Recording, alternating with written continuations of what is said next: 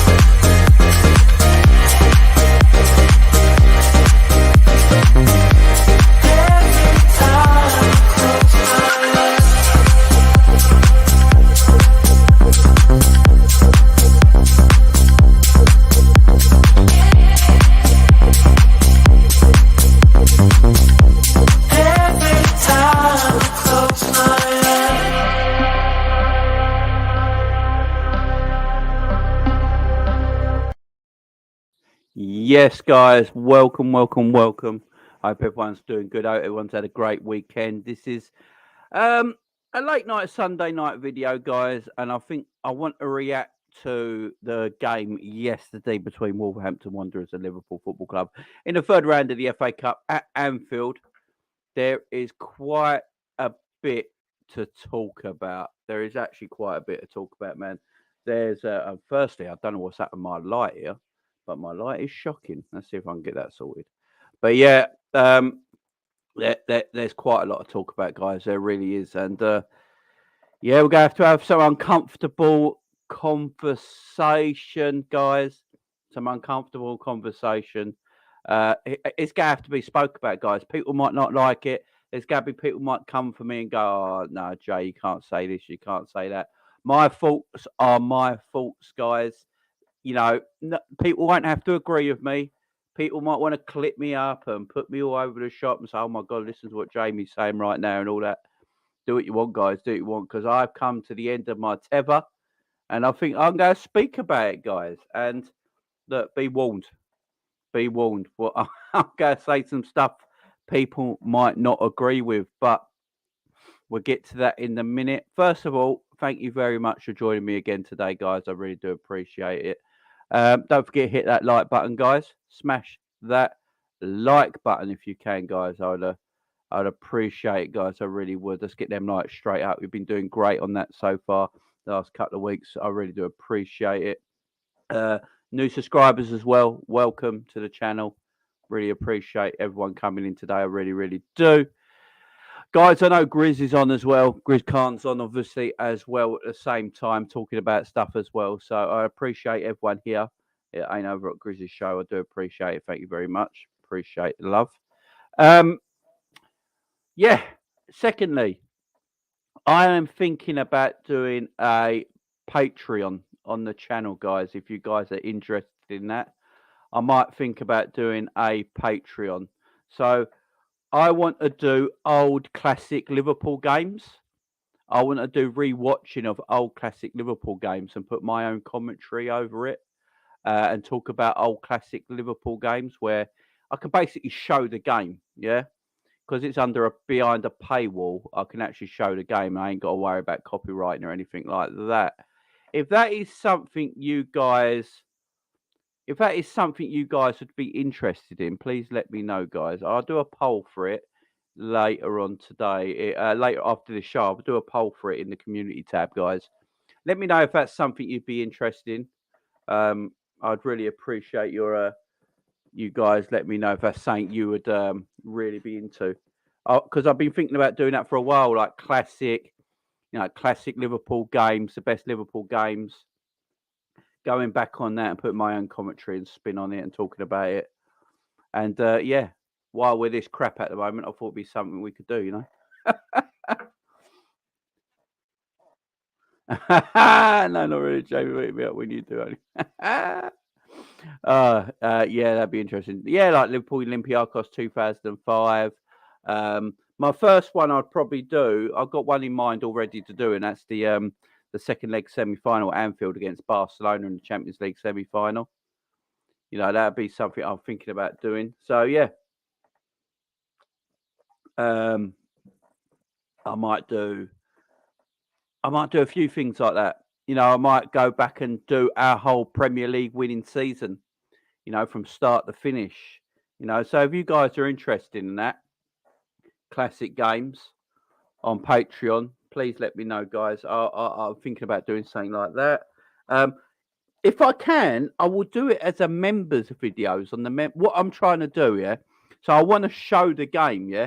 Obviously, I can't do it normal on YouTube because you know it'd be copyright, and you can't do that, and I'll get strikes on my channel. But I'm not sure if you can do it under YouTube memberships, because YouTube memberships are no advertising on it because you guys pay for it. It's behind a paywall. You know, only people that pay for a membership see the videos. So if that's the case, I might be able to do it. I'm not sure. It's something to go look into. If I can do it by just memberships only, then I won't do it on Patreon. I'll just do it on the memberships, and everyone that's a member, you know, will be able to watch them videos. So, yeah. Let me know. What the F are you doing? Oh, I'm talking about trying to do old classic Liverpool shows, old classic Liverpool videos on on either Patreon or on memberships on the channel. Yeah, if that's something you're interested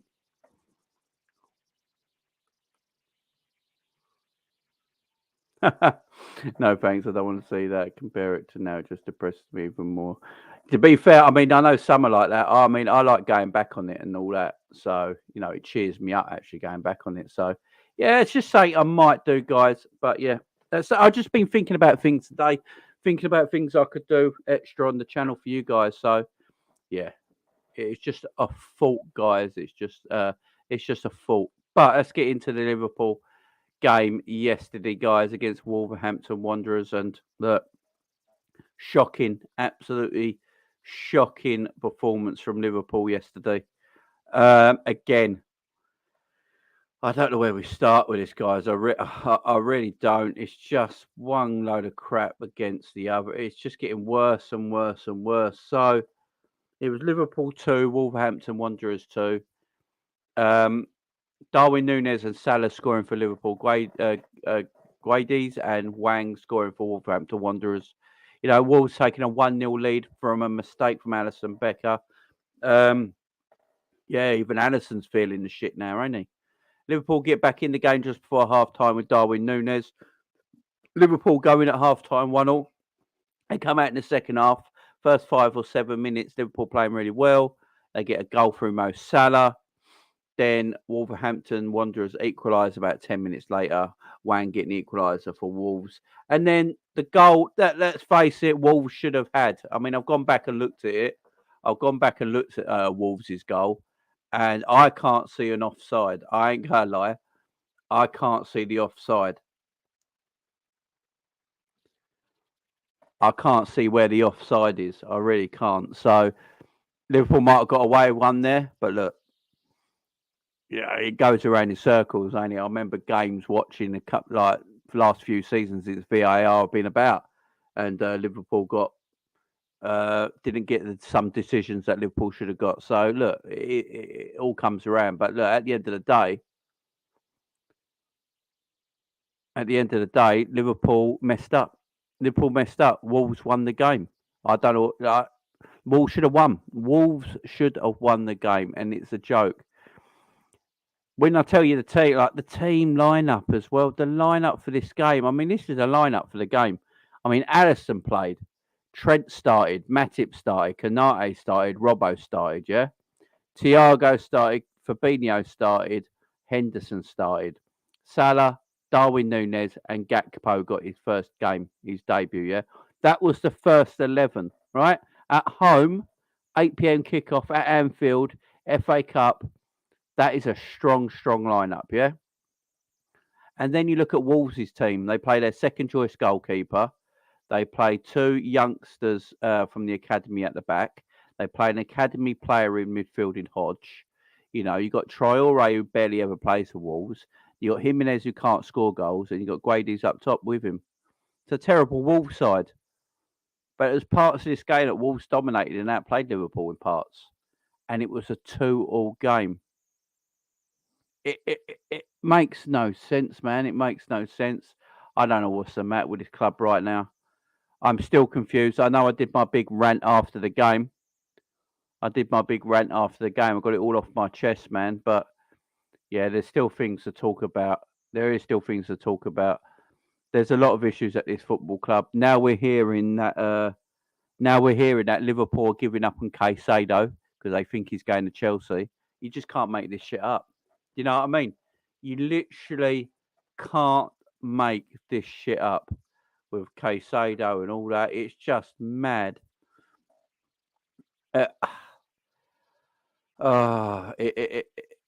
It's just absolutely mad. Why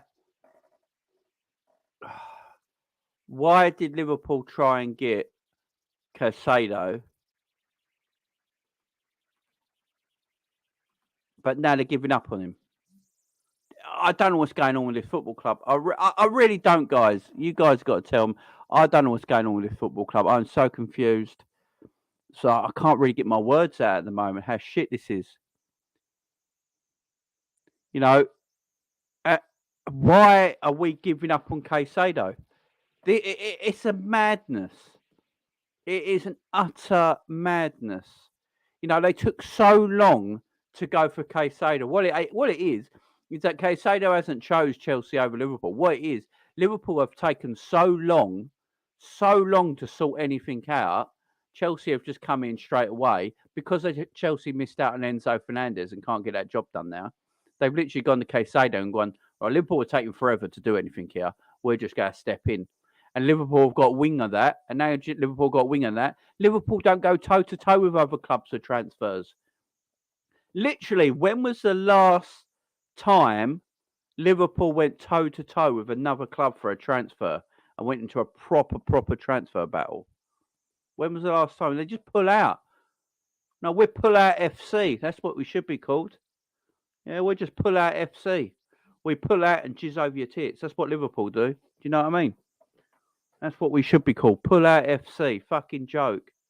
Everything we look at. We've been scouting Caicedo for a while. We're looking at Caicedo before he even got in the fucking Brighton team. Before he even got in the Brighton team, we were looking at Caicedo. Right? Then he gets in the Brighton team, plays a few games, and people start to, you know, you hear things starting to come up about him. And it's like, oh, let's go for him. We're going for him. And then, no, we pull out again. It's like, what are we doing? Do we want any players in midfield? Do we literally want any player in midfield? Who are we looking at? I give up. I don't get it. I don't know what we're doing. We're looking at players. We scout players. We tell the world we're looking at players. And then guess what? Guess what happens then? We pull out. It just makes no sense. It makes no sense. Pull out FC. That's what we are. We are pull out FC, man. It's just fucking mad. If you want Caicedo, go and get him Caicedo, right? If Klopp wants him, right? If Klopp really, really wants him, go get him, right? In fact, I'll tell you what, even if Klopp doesn't want him, fuck him at the moment, to be fair. Just go and get him, yeah? Go and get him. I'm sick of this, right? I am sick and tired of this. I'm sick and tired of this absolute bullshit, yeah? Tuchemeni, just bid the extra 20 million and he's our player. Fuck it, I don't care no more. I'll take everything back I've been saying, right? I'm going back now. I can't be bothered no more. I'm sick of this shit, all right? Jude Bellingham, just fucking pay the money, get Jude Bellingham in. Sick of it. Just do it. Yeah? Matheus Nunes, I don't care if Klopp didn't want him in the summer. I don't care if Matthias Nunes. Liverpool wanted Matthias Nunes. Julian Ward wanted Matthias Nunes. Julian Ward was doing all the work for Matthias Nunes. Yeah, he was doing all the work. It's a good price. It was like 40 million. Yeah, that's a Liverpool kind of transfer. 40 million, right? Julian Ward was doing all the work. He's got contacts. He's good friends. He's pretty buddy with Hugo. Is it Jorge Mendes, the agent? They're quite buddy. So they used to work with each other. He speaks Portuguese. He worked in Portugal. He knows what he's doing, right? Julian Ward worked on it. Brought it to the team. Pep Linders is like, yeah, player. Everyone's like, player. Klopp's like, nah, fuck that. Nah, I don't want that. I don't want that in our team. I don't want that in our team. I don't want that. I don't want Matthias Nunes. I've got Oxlade-Chamberlain. I'm good. Oh, fuck off. Stop. We got Oxlade-Chamberlain, you know. We've got Ox. We've got James Milner. We've got Hendo. Why do we need a player like Matthias Nunes? Why? Because we got Klopp. Because Klopp's like, we got Ox. He's still a player at this football club. He ain't left anywhere yet. I've still got Naby. I'm going to get a Naby in a minute. I'm going to put Naby to one side a minute because I might shock people what I'm about to say about Naby Keita, right? But Ox, Milner and Hendo, right? I'm going to put Hendo one side as well. I'm going to have a little debate with you guys in the chat in a minute about Keita and Hendo, right? Milner shouldn't have signed a 1-year deal, right? Milner should not have signed a 1-year deal. That was Jurgen Klopp. He wanted Milner to sign a 1-year deal. Henderson signed a 4-year deal, and I think he's our fourth highest earning player at the football club. Guess what? FSG didn't want to sign either of them up. But because Jurgen Klopp has so much power at this football club now, they just did it anyway. That is why Michael Edwards left. Michael Edwards had enough. I know people online go about, if you go on Twitter, everyone on Twitter will be like, oh, Michael Edwards left because he was sick and tired of having no money and doing transfers really tightly and stuff like that. That ain't the case, man. People keep forgetting. Michael Edwards knows the job he's working in.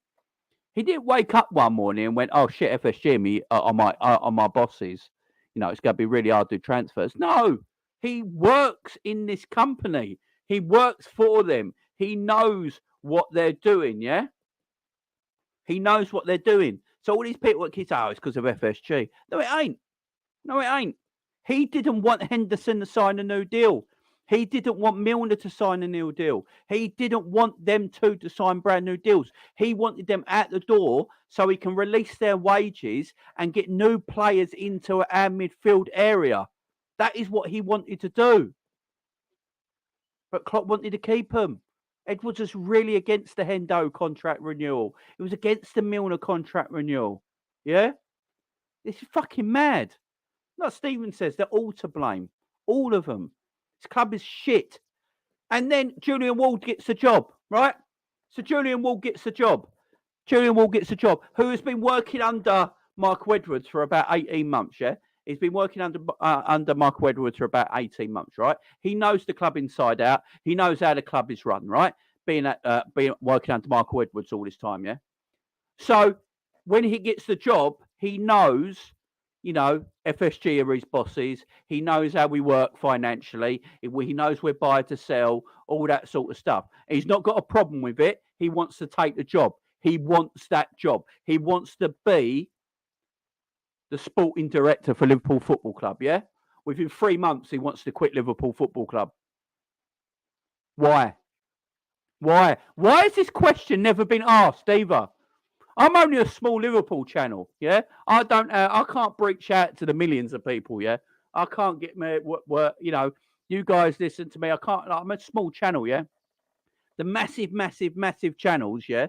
That get then asked to come on your likes of your Sky Sports and your BT Sports, and they talk about transfers and contracts on these massive media platforms, yeah? Why has none of them asked? Why has no one asked why Julian Ward quit his job after 3 months? Why has no one investigated this? He knows the club. He worked under Michael Edwards, yeah?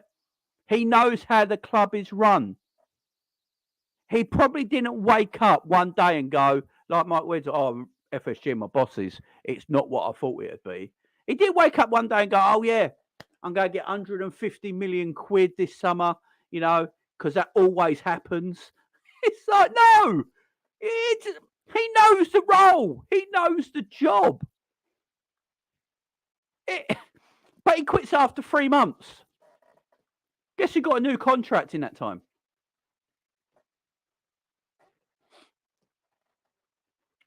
Who got a new contract in that time when Julian Wall came in, guys? Who got a brand new contract? Who got a brand new contract? Can everyone remember in the chat? Give me a name. Who got a brand new contract? Who got a brand new contract? I am Jono. Don't worry about that. We're coming to it, my friend, about the Klopp tactics. Who got a brand new contract? Let's bring Uncle Rods in here. What are you saying, fam? Yeah, man. You all right, man? Yeah, I can't complain. How has your day been? I'm good. Let me just get to this. Yeah, Curtis Jones, guys. There you go.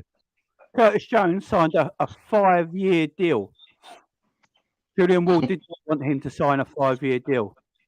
Michael Edwards didn't want Henderson to sign a 4-year deal. Michael Edwards did not want James Milner to sign a brand new deal. Who is in charge of this football club? Who is in charge of this football club? It is madness. As I keep saying, Julian Wall took up a job that he's been working under Michael Edwards for 18 months. He takes that job. He leaves. He wants to quit after 3 months, and he's telling everyone he's going not after 3 months in the job. He says, I'm not coming. I'm leaving at the end of the season. The job ain't what I thought it was. He worked for the club for a year to 18 months under Edwards. He knows the running of this football club.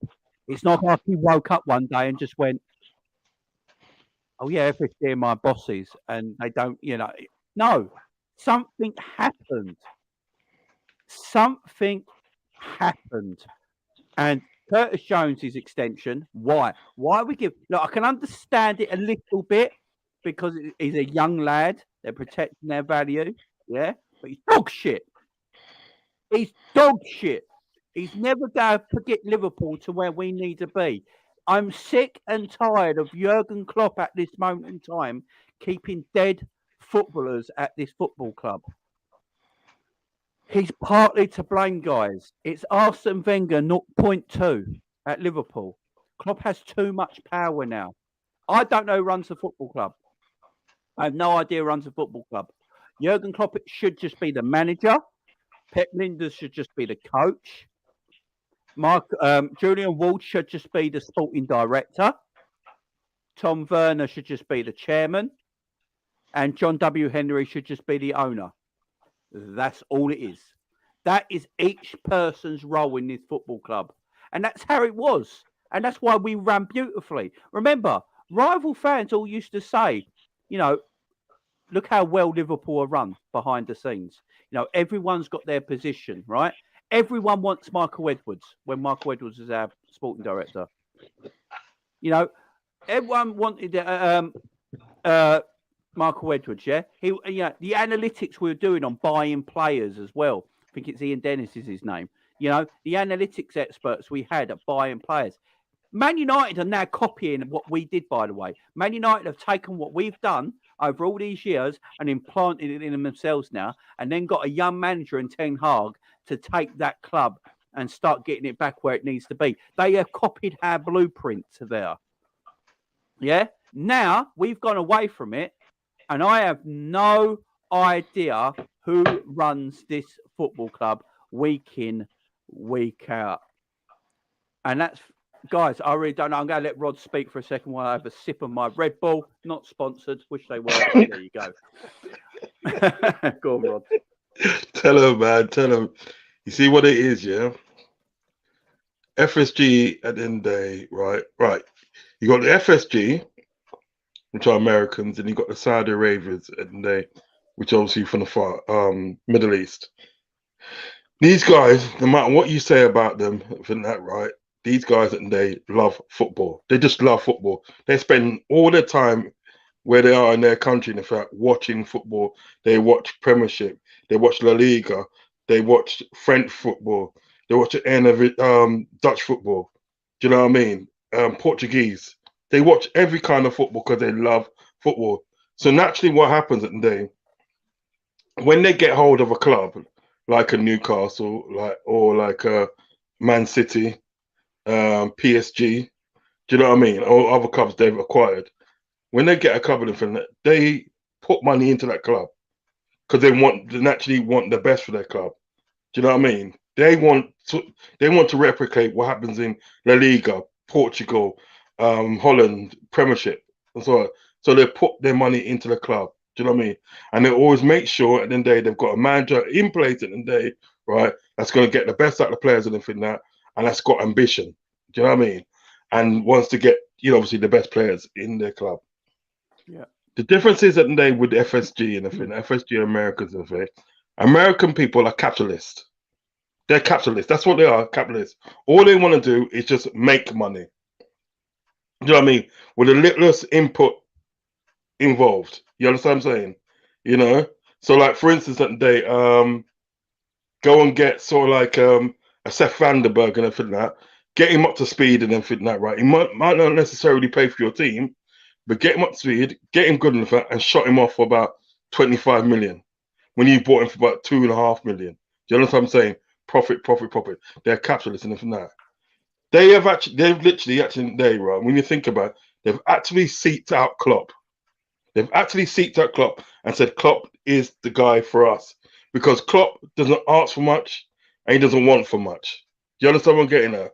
Look what he did to with Lewandowski.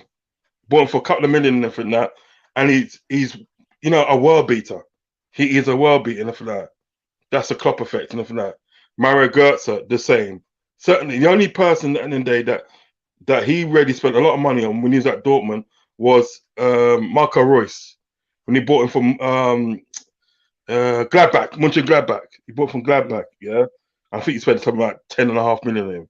All the rest of the day, my friend, was like couple of million here, couple of million there. You know what I mean? Gundogan and Hummels and all their man there, and they went on to be sort of like really good. That's what FSG wants. They want a manager like that. That's not going to ask for much money. They can go out and sort of like spend about a couple of million, getting these players and everything that right, make them good, either shut them off or keep them with the team in that way and everything that they don't have to literally sort of like spend money. Do you know what I mean? There's so many times that they over the since Klopp has been here, even before Brendan Rodgers, that we've been linked with players, and we have not got them. So what we've done, we've fallen behind. With Klopp and everything, it's not any different. Do you understand what I'm saying? Because now we're hearing a story. Now what's coming out, Jamie, is the fact and day. It's another story of how we're gonna have over 200 million to spend in summer. Yeah, how many times have we heard that story? And it's never really sort of like come to pass. Gakpo at the end of the day, Gakpo to me, and don't get wrong, Gakpo is an amazing player. But is it really what we need at the moment? Is it really what we need at the moment for that? Couldn't have day and day gone and they spent that money and sort of even have put a little bit of money with it and gone and got Caicedo. Couldn't have just got a Caicedo. Caicedo wants to come to Liverpool. It's not like we want him as much as he wants us and for that. But he won't end up coming to Liverpool. What's going to happen? He'll probably go to Chelsea or one of those other teams he'll probably go to. Yeah. And we'll still be with this dry ass midfield at the end of the day. As for the tactics, it's not like fucking Klopp's tactics and everything that's going wrong. It's a fact that today he's playing with a stale midfield. The midfield is stale as fuck. It is stale as fuck, my friend. Do you know what I mean? So you're never going to get the best out of that midfield because the only person that midfield at the day that's worth anything in the day is Thiago. Because you see Thiago in games and he's like, dude, sometimes he does a 2-man job or sometimes does a 3-man job. Do you know what I mean? So it's the only person in that team in midfield is good. Now, if we can see it, and he's with that team and day, right, day in and day out and day out, How comes he can't see it? You know why? Because he refuses to see it. Because he's probably told it in the day, you're not going to get no money in the day to buy this midfielder, that midfielder. Just go and get someone for the academy. Just shut up and go get someone for the academy, make him better and just deal with that. We're not giving you any money for midfielders. It's either you take an attacker or you take a midfielder. Do you know what I mean? Mm-hmm. But we're always gonna be in this kind of rut and in day until something has got to give. It's either the owners go. I would prefer the owners to go actually, and in the day. Yeah. I prefer the owners to go because you know what isn't there. If the owner stays and Klopp goes and everything that right, I think when there we're still gonna be faced with the same problem. Do you know what I mean? So really and truly, if the owners go and some good and some decent owner come in for the Middle East or something like that, because those are the only guys at the day that really sort of like got ambition, and then when it comes to football, ambition. If they come in for then we're gonna see it and day what's happened with the Klopp and everything that. And as you said, it's true. There's too many people in day, right? That sort of like you don't know what their job is. Pep Linders, you don't know what his job is. Is he the full-time manager or is he a number two? Is Klopp a number two or a full-time manager? Do you know what I mean? Junior Ward and everything. I can't. To me, and that's gone over my head. Why a person and day you got what you want and everything that right, and now the day you say you're leaving at the end of the season, and you're trying to tell us that day, well, oh, the job's not what I thought it would be. Come on now, man. Do you know what I mean? We're literally at the day being taken for mugs. We're literally end day being taken for mugs and everything that, and it's got to stop. It's got to stop. No, Rods, I agree with so many things. There's a few things I disagree with, but that's cool. It's all cool. That's what good debate's about, guys. Look, guys, if Rods will have opinions, I'll have opinions, someone else will have opinions. We don't always agree on stuff, yeah. That's what good debate's about, and at the end of it, Rod still loves me. So, of course, goes without saying, mate. What's the matter with you? It don't matter, Right, Edward. I'm going to get to Edward. I saw your comment in the chat, Edward. Look, man. I'm going to get it up, Edward. I love you, man. I love you. You know I love you. It's all love over here, my man. So, Edward's put. So let me get this straight. When Jurgen Klopp with the current infrastructure can force FSG to dish out contracts to players and FSG won't discuss it with others. Stop this FMB, please. Right. And then he kept saying bollocks in the chat. It's a bit offensive, Edward. It's a bit offensive, my man. Right. What I will say is that I keep saying this. Jurgen Klopp is extremely powerful at this football club. There is the only one I can think of that didn't turn around and get a new contract was Wijnaldum. He's the only one so far. Everyone else is just letting their contracts run down, yeah? But out of the workhorse midfielders, he's generals. Wijnaldum was a general. Hendo was a general. Milner was a general. Hendo and Milner are the two that stayed, yeah? And Klopp has gone on press conference after press conference after press conference after press conference and kept mentioning the Hendo and Milner to stay at this football club, right? He wanted Milner to stay. We all heard it last year.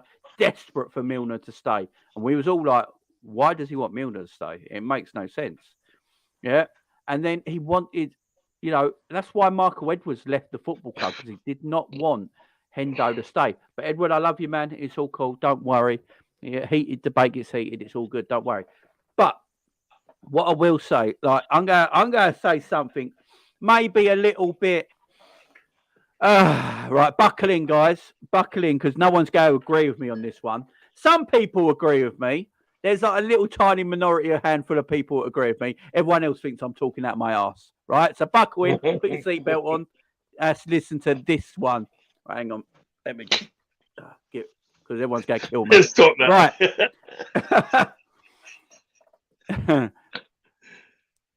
Thiago Alcantara does not suit Liverpool's system and shouldn't have been bought. Okay.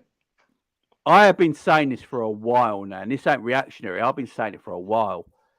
Thiago does not suit the way Liverpool under Jurgen Klopp want to play.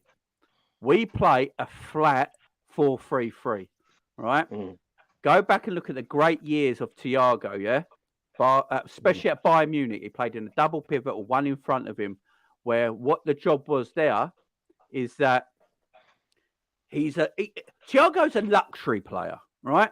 He's your luxury player. And that's not a bad thing, by the way. Thiago, before I go on with this, guys, Thiago is our most gifted midfielder. I'm not saying he ain't. I'm not saying I'd have Hendo over Thiago or anything like that. So everyone just chill a minute. Thiago is our most talented midfielder. But I've been saying this for a while. Sometimes, no matter the talent of a footballer, if they don't suit the manager's system that they're playing, they will stick out like a sore thumb sometimes, right? I think Thiago's a wonderful footballer, an absolutely beast of a technical footballer, yeah? And when he's on the ball, he makes things happen because he is at his best a world-class talent on the ball, yeah? So that's why when he plays the Liverpool Football Club, he stands above the rest. He looks tremendous on the ball and he looks great. And he makes things happen for us. He's got great passing ability. He can score some worldy goals. And he's a great, great footballer, right? But we don't play him to his best strengths. Liverpool don't play Thiago to his best strengths. We make Thiago run too much. Thiago shouldn't be a runner. Thiago shouldn't be a runner, man. He should be your dictator. Right, me and Rods are old enough, yeah? Thiago reminds me of Jan Mulby, right? Yeah. That's who Thiago reminds me of. Go back to the 80s, yeah? Jan Mulby didn't run. You can tell by his gut. But Jan Mulby didn't run, did he, Rods? Jan Mulby was your conductor, right? He was the one. Yeah. Steve McMahon played alongside him. He was the one who was box to box, smashing players and stuff like that, protecting Jan Mulby. Jan Mulby would sit in the deeper part of the midfield and bomb balls all over the place like a quarterback, dictating the midfield, right? Yeah. That's what Thiago should do for Liverpool, like Xavi Alonso did for Liverpool. Steven Gerrard was your box-to-box midfielder who was getting stuck into everyone, had world-class ability. And Xavi Alonso and Mascherano was your defensive midfielder alongside Xavi Alonso. And Xavi Alonso got the ball and could dictate play. You know, Gerrard's made a 20-yard run. Xavi Alonso would be, here, Stevie, there's the ball. You know what I mean?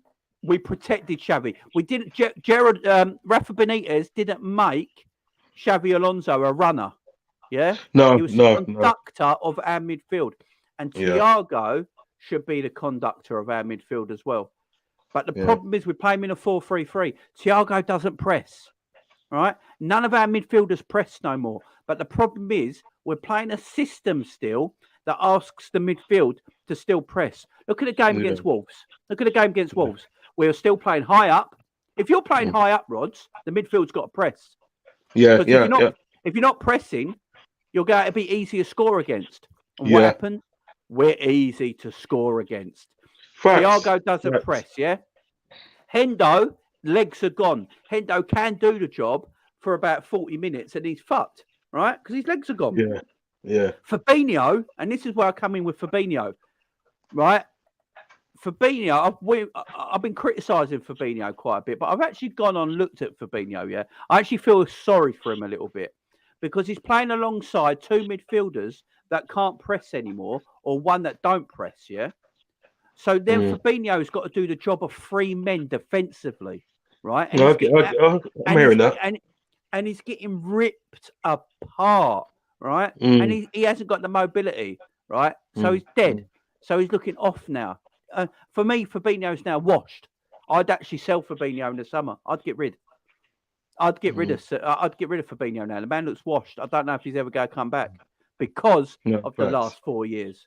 And I say I love Thiago as a footballer, but if we played if we played the way Thiago wants to play and put him in a double pivot, right? Play 4-2-3-1. You'd see a better Thiago because he won't have to run around so much. I think it's the game against Man City. We played 4-2-3-1 against Man City when we won 1-0. Yeah, Thiago looked great. Yeah, he did. He did. Put Thiago into that sort of position. Yeah. Now I agree with everyone else saying as well about the midfield. That the midfield is dead. Yeah. what I would say is that if I'm the coach of this football club, yeah, and I know the midfield ain't what it used to be, right? The whole of this midfield ain't what it used to be, right? I went back and watched the Champions League semi-final when we won 4-0 at Anfield this afternoon, yeah? Sitting there watching it, I thought, I watched the whole game. Yeah, I watched the whole game, whole 90 minutes, yeah? That midfield, my God. That midfield, by the way, that beat Barcelona 4-0 at Anfield was Gini Wijnaldum, Jordan Henderson, and Fabinho, right? I wouldn't call that a world-class midfield, right? I wouldn't call that a world-class midfield, but you know what all three of them done? The pressing was ridiculous. The engine on all three of them was ridiculous. You know, they're up and down the whole game. They didn't stop running. At the end of the game, Hendo's run himself into the ground. He's limping at the end of the game because he's run himself into the ground. He pressed, he blocked, he hurried. So did all three of them. And then they're pushing high up the pitch. Their work rate was out of this absolutely out of this world, yeah? Amazing. Right? And now we're playing exactly the same way. Look at the way we play. Is there a lot of difference in our setup, in our system? No, the system's the same still. 4-3-3, same sort of system. But the players coming into it, now you've got to adapt. Klopp can't go, right, it's still the same players a few years ago when we won everything. The players have to adapt a little bit. Klopp has to adapt. It's not all Klopp. Players have to adapt as well. But we've got to start playing in a new way. We've got to play with a new shape. He won't do that, though. He won't do that, though, would he? This is the stubbornness. He won't do that. Conte's a bit like this. Conte, you know, at Spurs, he's very stubborn as well. He could play in a different way. It gets the better out of some of the players. Yeah. Now, he's so stubborn in his way. Could we set up differently? Could we play 4-2-3-1? Could we play 4-2-3-1? Because if we could, it'd make life a lot easier, man. It would make life a lot easier. I'll tell you what you said in the day, what you just said in the day, right? You know what? It makes perfect sense and everything there. And this is what I like about debates, because you get to see it from another side. Do you understand what I'm saying? And what you're saying in the day is facts, because even under Benitez and Benitez loved to play that like 4-2-3-1. Do you know what I mean? He loved doing that and everything like that. And like that's where we had most of our success when we played that system. When Xabi Alonso left the team and everything like that, that's when things started to go downhill when Xabi Alonso left, because that system worked well for the players that we had. Do you know what I mean? And he took it out. And I do feel it in the day, sort of like with Thiago's range of passing, do you know what I mean? And his skill, I do think in the day he should be playing that Xabi Alonso role. He should be playing that sort of like young mobile role. He should be playing it. But you see what it is with Klopp and everything, and this is why I have to give it to Klopp and everything, that right? At the beginning of the season, in the day, he's playing 4-3-3, yeah? Then he changed it, didn't he? He changed it and he started playing 4-2-3-1 and sometimes a 4-4-2 and everything like that. And he was having success for it. And then he left it. Yeah, and then all of a sudden he was getting praise for it, and he was getting his results in sort of like games and such. Then all of a sudden, and you've gone back to 4-3-3. Do you know what I mean? Why would you do that? That's what I'm trying to say. It's just like sometimes at the day, no, not sometimes, but what it is at the day, Klopp's stubbornness is going to be at the day the detriment of this team. It's going to be a detriment of a team that goes, because you see what it is at the day. People at the board and people around him and think that are going to let him do that. They're going to let him do that sort of stuff. Do you know what I mean? Always let him get away with it. Won't challenge him or anything like that, right? Not like your boo batch and stuff like that, yeah. Not like your boo batch that would have challenged him, and you know what happened with that. You understand what I'm saying? Yeah. But you can't be playing you cannot be repeatedly playing a system in the day that doesn't freaking work. You can't be doing it. And you think at the day you're going to get in a person like Gappo and everything that in your team and everything that, and you think all of a sudden your fortune is going to change. No, it's not. It's going to be the same thing because you're playing the same system. Do you know what I mean? And I never looked at that thing with Fabinho before and everything like that. But now I'm starting to think at the day, so like maybe it is Fabinho at the day that's doing most of the work in the midfield. I mean, and others and everything like that. Because even when you look back at that Champions League semi-final and think that, right? You look at Mane. What was Mane doing? Mane was left back, centre back, right back, midfield, defensive midfield, attacking midfield, striker, winger. He was doing everything all in one go. Is that the commentator said at one time and for that, I can't find him. Every time I look at it, I can't find him because he's in another position. Do you know what I mean? He was making them crazy. Do you know what I mean? We've lost that, anything like that, because what Liverpool do, anything like that, and which they're guilty of doing anything like that, right? We seem to get rid of players and everything like that, and think at the day, well, look, it's all going to be good. We are Liverpool and everything like that. We were surviving and everything like that. No, you're not. You got rid of 60 goals this season. 60 goals you got rid of and everything like that, right? And you have not replaced them. You got rid of Gini Wijnaldum and Dave, which was one of your best midfielders that graced your team for a long time. Do you know what I mean? Yep. You got rid of Gini Wijnaldum and you never replaced him. Exactly. You don't replace these players. You cannot take out put it this way, isn't it? It's like making a cake and everything like that. You can't take out bits of the ingredients and then have a cake and everything and still thinking, yeah, man, it's gonna be a booming cake. Do you know what I mean? It's not gonna happen. No, exactly. Because you're missing the ingredients. You're missing the ingredients, and that's what it is for the team. We're taking out people out the team and everything now and playing the same system time and time again, even when you know it's not bloody working. It's not working. Change it. You know what? In the day, like you got people like Thomas Franks, you got people like Ancelotti that blatantly come out and say, you know what? I knew exactly how to play Liverpool tonight and win. Yep. That's disgusting. How can Thomas Franks and everything that, right, just come in the Premiership? He's only been in his second, I think his second season in the Premiership, I do believe. His second season in the Premiership, and already he knows how to play Liverpool and get the win. Yeah. Do you know what I mean? Come on now, man. It's ridiculous, my friend. It's ridiculous and everything that. And we're seeing this time and time and time again. Do you know what I mean? Time again. And shit is not changing. We're just getting spin the same lies every season. We're getting the same tactics every season. People like Milner, I'm not being funny of it. I love Milner, but I think it's time for him to go upstairs. Do you know what I mean? Yeah, I love Henderson and Finna. Time for you to go upstairs. Do you know what I mean? We cannot be repeatedly playing these midfielders and everything that, right? Which at the end of the day, sort of like, they haven't really got it anymore. Well, I know Henderson ain't got it anymore. Do you know what I mean? Because you'll have a game, you'll have one game in the that where he plays well, then the next game in the that he's fucked. By 55 minutes in the day, he's knackered. He can't do nothing. Yep. That. Do you know what I mean? He's got people at the day like Thiago outrunning him, you know. And Thiago's older than him. And that's not even Thiago's job. He's got him outrunning him, making tackles at the day that he shouldn't be making. Because like Henderson should be making them tackles, tracking back and making those tackles. Exactly. It's just mad, man. This club. There's so much wrong right now. There is so much wrong in this football club right now. It's unreal. I mean, there's another one, right? I'm gonna talk about a certain player right now. Yeah. So. Naby Keita, right, here we go, right. This is another one, strap in. Right. Naby Keita, believe it or not, this is where the chat are gonna come for me right now. The chat are about they got their arrow set and they're about to release them on me, right? That's coming for you there.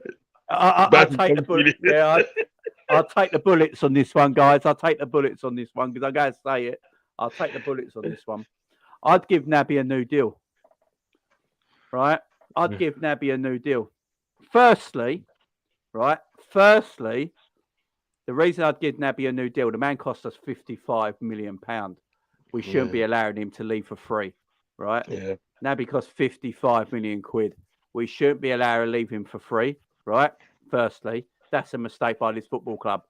I don't mind Naby being sold, right? But you got to get money for him. You can't let a £55 million investment come into your team and just leave for nothing, right? Yeah.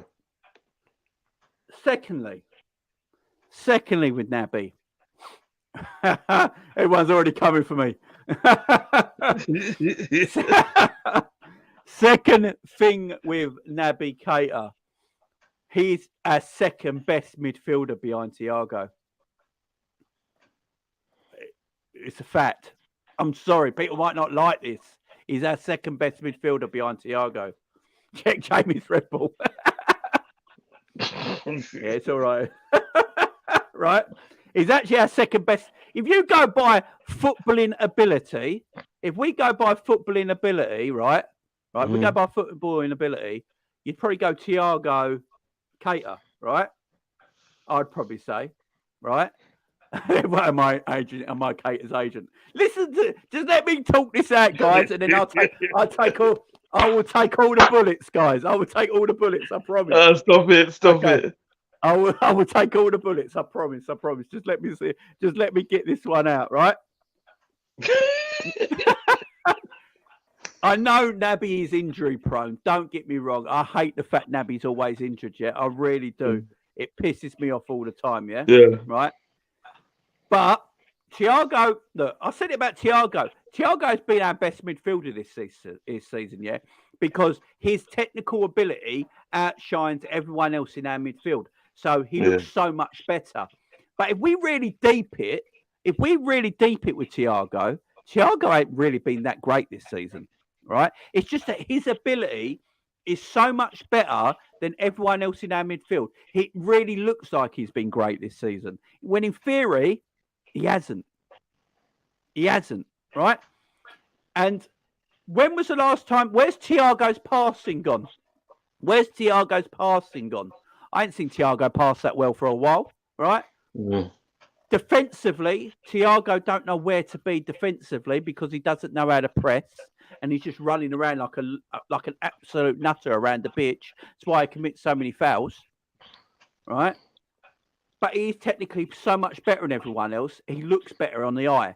So, but in theory, if you look at it deep down, he hasn't really played well this season, yeah? It's just that he's technically better than everyone else, so it looks like he's better, right? Naby is technically better than Hendo, Milner, Ox, Harvey Elliott, right? And probably Fabinho, yeah? Right? I don't think people will have much disagreement with that, right? So he's then technically Liverpool's second best player. When he comes onto the pitch the last few games, I'm like, that's why I understand Jurgen Klopp has kept persisting with Naby Keita and not sold him before now with all his injuries. That's why he keeps persisting with him, because he's a ball carrier. How many ball carriers we got in our team from midfield? Not many. He gets the ball and he's not afraid of going at defenders. He runs with the ball. When you got a ball carrier, right? When you've got a ball carrier that can run with the ball, it takes the pressure off your midfield for a minute, right? It's not coming under fire every 2 seconds. Plus, he's one of the only players, he's one of the only midfielders we got in our midfield that can actually press without the ball. You know, he presses without the ball. He gets stuck in, right? There's no one else in this team. And he's still young. You know, we're not on about 30. He's still young, right? So I'm thinking, give everyone's going to kill me. Give Naby a new deal, right? Give Thiago a new deal. Because, by the way, guys, Thiago's out of contract in a year's time. That's another thing to talk about. Give Thiago a new deal. Give and Naby Keita a new deal. Because they're actually our two best midfielders. So we actually want to sit in this one. Right, deep this, guys. Deep this right now.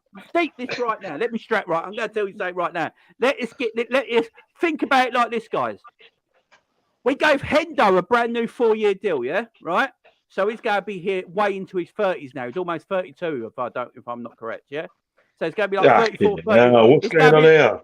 So he's going to be 34 or 35 by the time he leaves Liverpool Football Club, yeah? Right?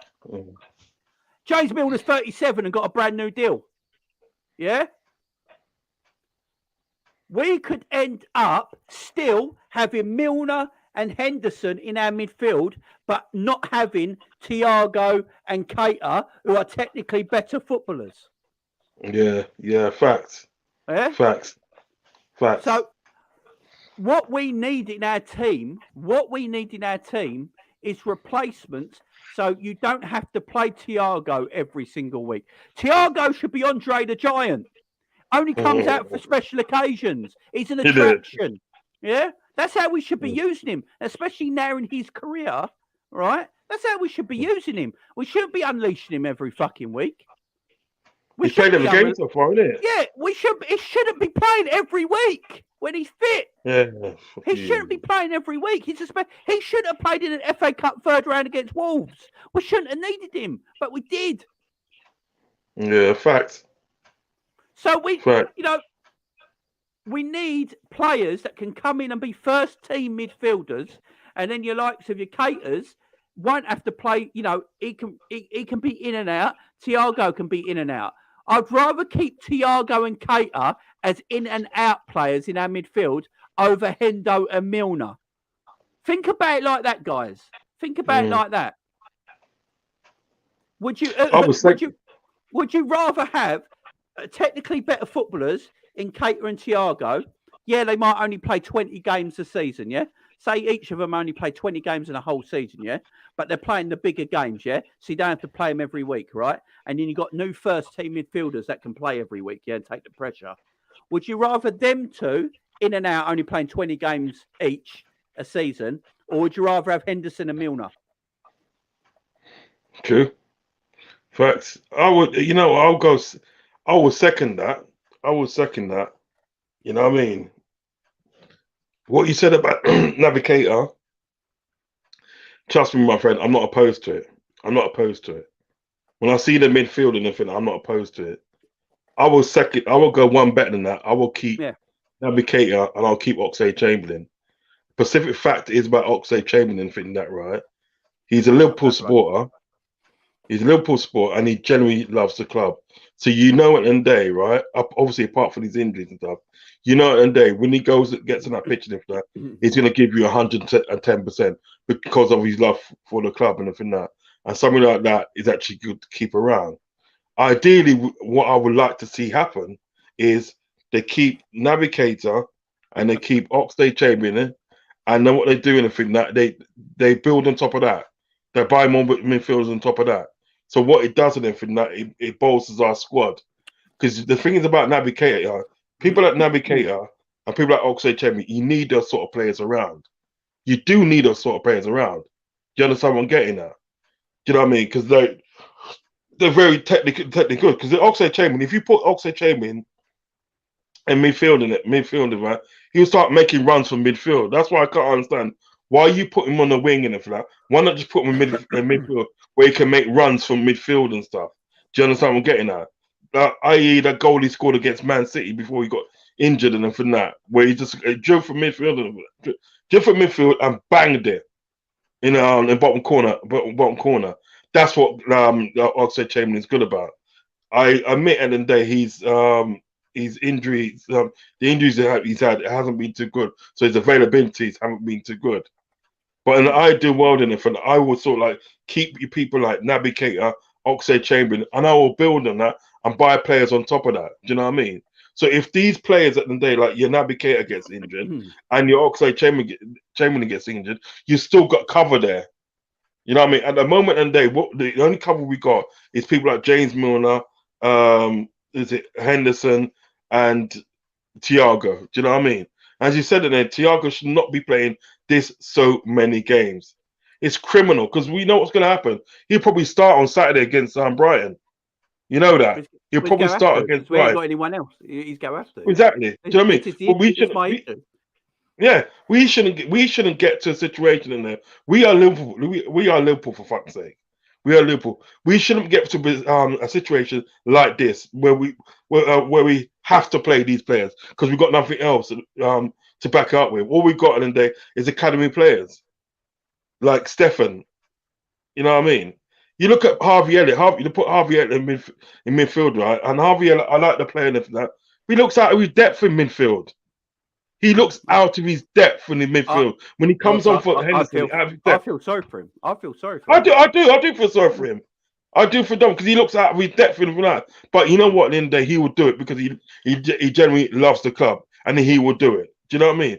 But you put him in midfield, like, you take off Henderson or you take off Fabinho and everything that, and you put this man in midfield and for that, and the man looks out of his depth, especially against Man City with what Gundogan done to him in the first minute of the game and for that, spun him. He literally spun him and everything that, and Harvey Elliott did not look the same for the rest of the game. Do you know what I mean? Can't you actually see what we can see? Can't you see what we can see? Can't you see it and that it's going Pete Tong? Do you know what I'm saying? You know, and it's just too repetitive for me. So ideally, at the day, you keep your cater, you keep your Oxlade-Chamberlain, and you build on top of that. You buy players. You go out and buy an Amrabat, and I think that if you don't want to spend bare money on Jude Bellingham, you go out and buy an Amrabat. Yeah, you go out and get like Caicedo. Do you know what I mean? All players like that, and I think that. You go out and get those players and everything like that, and build in the midfield. Because I don't know why, and then in God's name and everything that you think of the attack before you think of the midfield. That's what most of the work's done in the midfield. Because if you have a game with somebody and you win that battle in midfield and for that, that's it. You've won the game. Yeah, exactly. You know what I mean? You could have the shittiest strikers up front, but you've won the game. Once you won the midfield battle and from that. But what you've chose to do, you chose to fix the front before you fix the middle. Do you know what I mean? Exactly. Crazy. I agree with you, man. I do agree with you. It's a mad world we live in right now, and things have got to be sorted, man. Things have got to be done. Like this midfield situation, I get is shit. I think Klopp could do a little bit better. I ain't gonna lie. I think Klopp can do better with the midfield right now. I think if you want to get the best out of Thiago, play him in a double pivot. Right, you could go 4-2-3-1. We have the players to play 4-2-3-1, right? We have the players there to do that, yeah? And you don't have to be so expansive either. You can squeeze in. You can squeeze the defenders and the midfield in together a little bit more. They don't have to be so far apart. Recently, in our last few games, our midfield is as advanced as the forwards, yeah? So the midfield's here and the centre-backs are here. And you've got this massive gap in the middle where everyone gets it, where we get exploited because we can't win the second balls back because our players ain't got the legs to get back into that area of the pitch to win the second ball back. It should be much closer together. And when we play the three in the middle, have you noticed that Fabinho's in the middle here, Elliott is out here, and Thiago's out here? There's always room in the channels. When you watch, look at the chance Wolves had yesterday. One long ball right through the middle of that midfield, yeah, and it was a one-on-one with Alisson, yeah. Thank God for Alisson saving it, right? That's because the midfield is so spread apart. Get more compact, get closer to the defence, go 4-2-3-1, and you'll and play counter-attacking football. Klopp's got to take his ego to one side and go, you know what, we're crap at the moment. Let's go back to what we know. Let's go back to being a bit more compact. We did it against Man City. Look how well we played against Man City at Anfield. Yeah. We went 4-2-3-1. We went really compact in the midfield and defence. Haaland never had a kick. Foden never had a kick. We really put them, squeezed them, and we played on the counter attack with Jota, Jota, Salah, and Darwin. Yeah, we played on that counter attack, and we got the goal because of it. Exactly. And then we go and play Man City away from home in the League Cup and completely abandon the tactic that won us the game at Anfield and went toe-to-toe with them and played expansive football. What sense does that make? What sense does that make?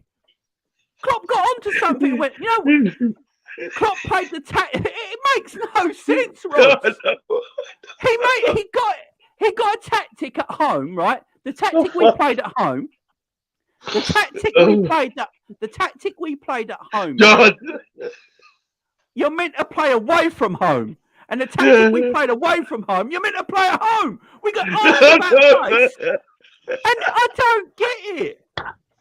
I fucking don't get it. Stop it, Jamie. Stop it. Stop it. Jamie's not having none of it. It's fucking senile, man. It makes no sense. You know what, Jamie, right? I didn't actually look at that way. Oh, shit. Oh, you made me cry. You made me actually cry. I'm right though, ain't I? You know, I don't know. that's why I love because you're right. Oh, shit. That's heavy. I've had no one, by the way, on other Liverpool channels. Big up, John. By the way. Yeah. I've heard no one on big Liverpool channels and other Liverpool channels and all that actually talk about that. Actually look at that in their analysis. That at Anfield we played with 4-2-3-1, being very compact, playing on the counter attack, hard to break down. Joe Gomez looked great because he wasn't being isolated. Foden never had a kick. You know, Fabinho looked better, and we played on the counter attack and got the best out of the players we had available for that position. Then we go away to the Etihad with less players than we had at Anfield, by the way, because some of them still at the World Cup. Plus, some of them are injured and weren't playing. So there were different players, and we played an open game of football. That is mad and makes exactly no sense whatsoever. This is what I'm asking about Jurgen. Where is he? Because I'm going to put missing out posters for a 6'4" German in Liverpool. He's somewhere on the streets, I'm telling you. I have no idea who this imposter is in our club right now. Because it's not Jurgen. Jurgen is on the streets right now. Jurgen is on the streets right now. I don't know, begging outside the Echo Arena or something like that. You know, he's homeless. The wife kicked him out over Christmas. I don't know what's going on. We've got an imposter in charge right now. The man's going, I don't know who it is. It's fucking mad. It's fucking mad. But you play one way at Anfield, tactically brilliant, right? Yeah. And then you go away to the Etihad and be tactically naive against the same club. That makes no sense, man. Please ask me. I can't answer that question.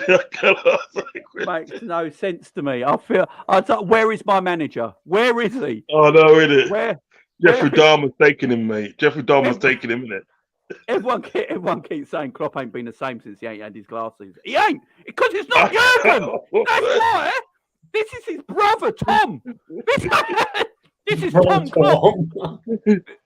Oh, fuck me. This is Tom Klopp in charge right now. This ain't Jurgen. Tom Foolery, innit? Tom Foolery. Jurgen. No, Jurgen's somewhere else, man. He never had laser eye surgery. This is like. Have you ever heard of that? Thingy story about Paul McCartney ain't the real Paul McCartney? He died at 16 in a car crash. Yeah. Yes. And the Paul McCartney in charge now was a lookalike to Paul McCartney that John Lennon knew and went and got him. And then the story goes that John Lennon was going to tell the truth in New York that day, and that's why he got assassinated. Yeah. Right? To keep it all secret. And Paul McCartney, when he gets interviewed about this, laughs about it because it's obviously bullshit, right? Like you wouldn't know. Like you wouldn't know, right? Yeah. And he laughs about it all the time, right? And when he gets told about it. This is what's happening to Klopp, I'm telling you. I know, innit? This is Tom Klopp in charge right now. His left blind brother, right? Who don't need glasses, yeah? He's his doppelganger. It's mad. Where's my manager? Where is he? No, John, you talk. I need a drink. Good evening, John. Good evening. John, good evening, my friend. Good evening. Good evening. Good evening. Good evening. Pick up Jimmy. Pick up Rosman. Hope you're both well, but it's funny. I can clearly see he's aren't well today. I'm stealing. These are a bit stressed out from yesterday still. As we all are. A bit pissed off. John. Since yesterday, I've been pissing stress. You know what I mean? It's just, my piss is coming out of my dick stressed. Do you know what I mean? It ain't stopped, mate. Stop it. Stop. There's just no need for it. Fucking hell, having piss and stress. Fuck me. That's what Liverpool Football Club do. Yes, man. That's what it does to us. But was Jurgen Klopp at fault for that game yesterday? Yeah, totally, 100%. He was and he wasn't.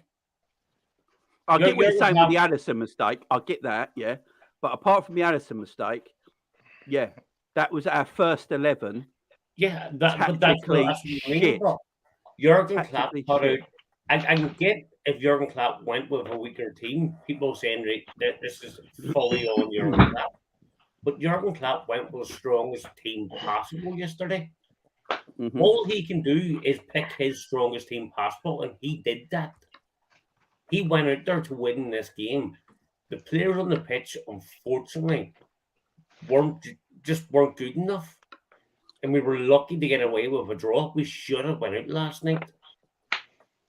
No, you are right. I thought we was out that goal. Yeah, because their goal ain't offside. That's fine. John, you are right. You are right there, though, John. Right?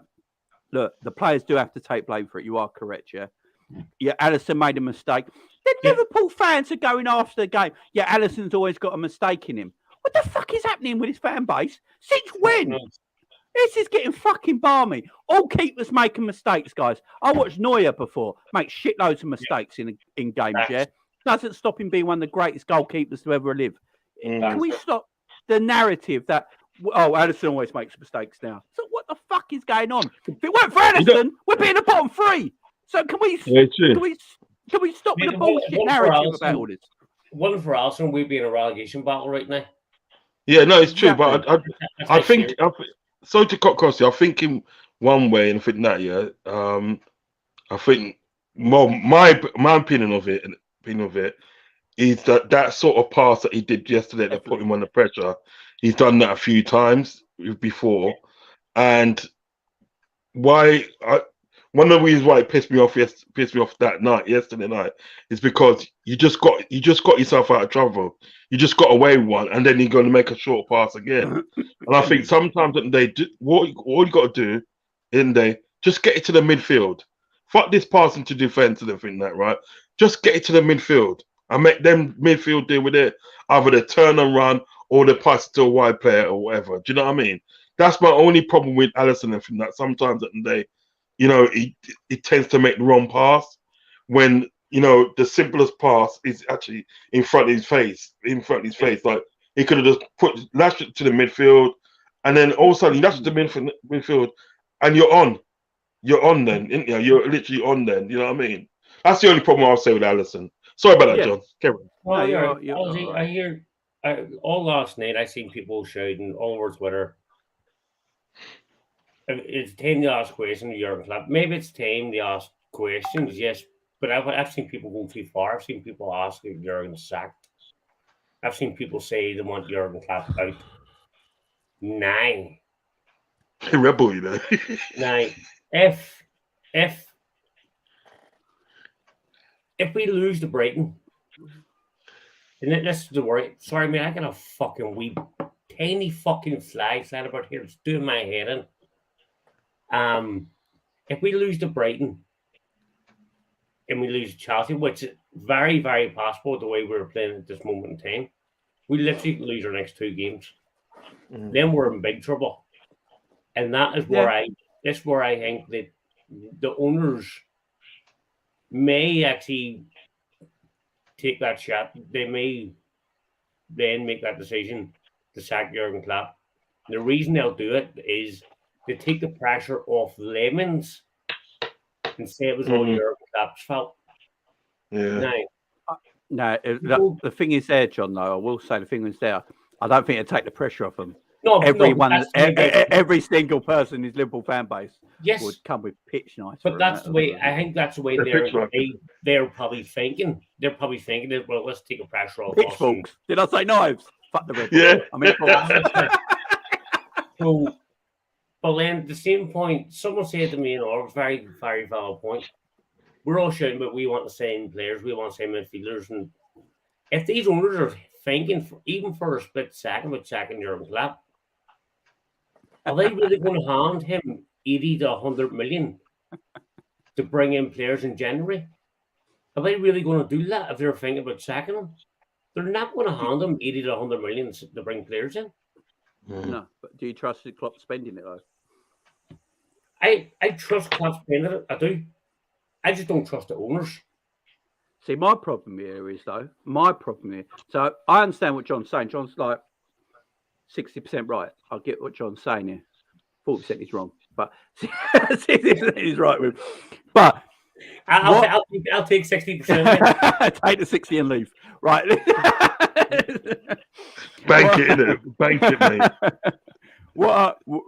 Johnny's right, mostly right there, I will admit. But what I'm saying is, though, when I look at Jurgen at this moment in time, all right, I understand what John's saying. The players have got to take blame. They do, because he did put a strong team out there. There's no doubt about it. My problem is, though, is that he's doing the same thing over and over again. That's not working. So my thing is, sometimes if, say you're a manager of a football club, yeah? Say you are Jurgen Klopp, yeah? You're a manager of a football club, yeah? You got all these talented players in your squad. Because let's not sit here, right, and pretend a lot of these players ain't talented. Yeah, we can't do that. We can't sit here and pretend, we got, Burnley's fucking 11. We've got a talented bunch of footballers. And I think this is what's upsetting everyone, because they see talent in this team. Yeah, you got Alisson, you got Trent, who, by the way, Trent has been fantastic in the last few games. Since the World Cup, I'd argue Trent's been our best player, right? Trent's been excellent. You got Trent, you got Robbo, you got Virgil's, you got Canates, you got Matip's, yeah, you got Thiago's, you got Fabinho's, you got Naby Keita's, you could even say. You got Darwin's, you got Mo's, you got Bobby Firmino's, you got Luis Diaz's, you got all these players, yeah. You got talented players, right? But what happens is when a few of your talents disappear, yeah, we don't seem to change things up enough. There's no way we should become this vulnerable with just 2 first-teamers getting out injured. Yeah, no Jota, no Diaz, and we seem vulnerable all of a sudden. That shouldn't be the case. What should happen is Klopp should adapt to the players he has available to him right now. That's what he should do. Adapt your coaching. It's not the way you want to play, but you're looking at it now. You've got to look at the long season and go, you know what? This season's a hard drag here. It's a hard drag. I've got to try and get these boys over the line the best I can. I know they're talented boys, but they can't play the way we really want to play at the moment because we haven't got the numbers, injuries, not enough investment in the club, whatever you want to say, blah, blah, blah sort of thing, But we've got to change the way we've got to play because we need to get over the line. We just need to get over the line. And I have got talented footballers here. Let's see what I can get out of them. Yeah? Let's change it up a little bit. Why have we never tried 3 at the back? Why have we never tried Trent and Robbo as wing backs? Why don't we go more 4-4-2 at times? Because if anything, I think Hendo could do a decent job on the right side of a 4-4-2. Yeah, because he's actually quite a decent crosser of the ball. Don't forget that's where he started his career as a right side, as a right midfielder in a 4-4-2. Why don't we change things? Why don't he try things up? But what he's doing is he's going to the same thing every time. We play 4-3-3. So we're playing at home to Wolves. I understand we're at home, but we're playing at home to Wolves. He's playing Konate and Matip really high up still. And it's like I said to Rods earlier, John, if you play your defence really, really high up, your midfield have to press. If they don't press, you're going to lose. Because when you don't press, if you're playing high up, what happens is you create a lot of space in your midfield and behind you. Yeah. And what's happening is our 3 midfielders don't press. Thiago is not a presser. He doesn't press. Hendo can't do it no more. The man's 32. He's been doing this for Liverpool for 11 years now. His legs are gone. It's fair enough on him, yeah? Great servant to the football club. He can't do it anymore, yeah? He can do it in spits and spans. It's like me and Savage said. It's a 60-minute man now, all right? And then you've got Harvey Elliott, who's not even a central midfielder, and you're asking him to do a job where he's got to protect his fullback when he has no idea how to do that. So when you're going to the well time and time again with the same players hoping for a different result, it's madness. Now, sometimes we start to play well and we win games. Do you know why? Because we have got quality in this team, and the quality players, when they show up, they can get the job done. They can get the job. Thiago can have a great game and look amazing. Darwin can have a great game, look amazing. Salah can have a great game, look amazing. Trent can have a great game and look amazing. And they'll win us games of football with their individual brilliance, right? Yeah. So Klopp won't change it because the individual brilliance has beaten it, yeah? What did we say about Solskjaer when he was at Man United? Man United finished second that season under Ole Gunnar Solskjaer, yeah? But no one would say Ole Gunnar Solskjaer was a good manager. He wasn't the second best manager in the Premier League that season. No. What happened is his individual talent in that game, in that team, were getting them over the line time and time again. Now, Ronaldo got 27 goals that season, didn't he? They got him over the line time and time again. Bruno Fernandes came in and got 14 goals from January. The talent got him over the line. Now, not comparing the two, obviously, but what I'm saying is there's something flawed in our system, and Klopp can change it. This is what I'm with Klopp. I don't want Klopp gone. I want Klopp to do better. Yes. Because he has the ability to do it. Klopp is not a shit manager. He's one of the top managers in world football, and he does have the ability to transform it and change it. He did it for a little bit in October, and as soon as players came back, like Hendo and Milner and Fabinho all came back in fitness, he just went back to 4-3-3 again. And it's like he can do it, and it's annoying. I can understand. I can fully understand where people are coming from. If they are them kind of fans that do want to clap out, I can understand that.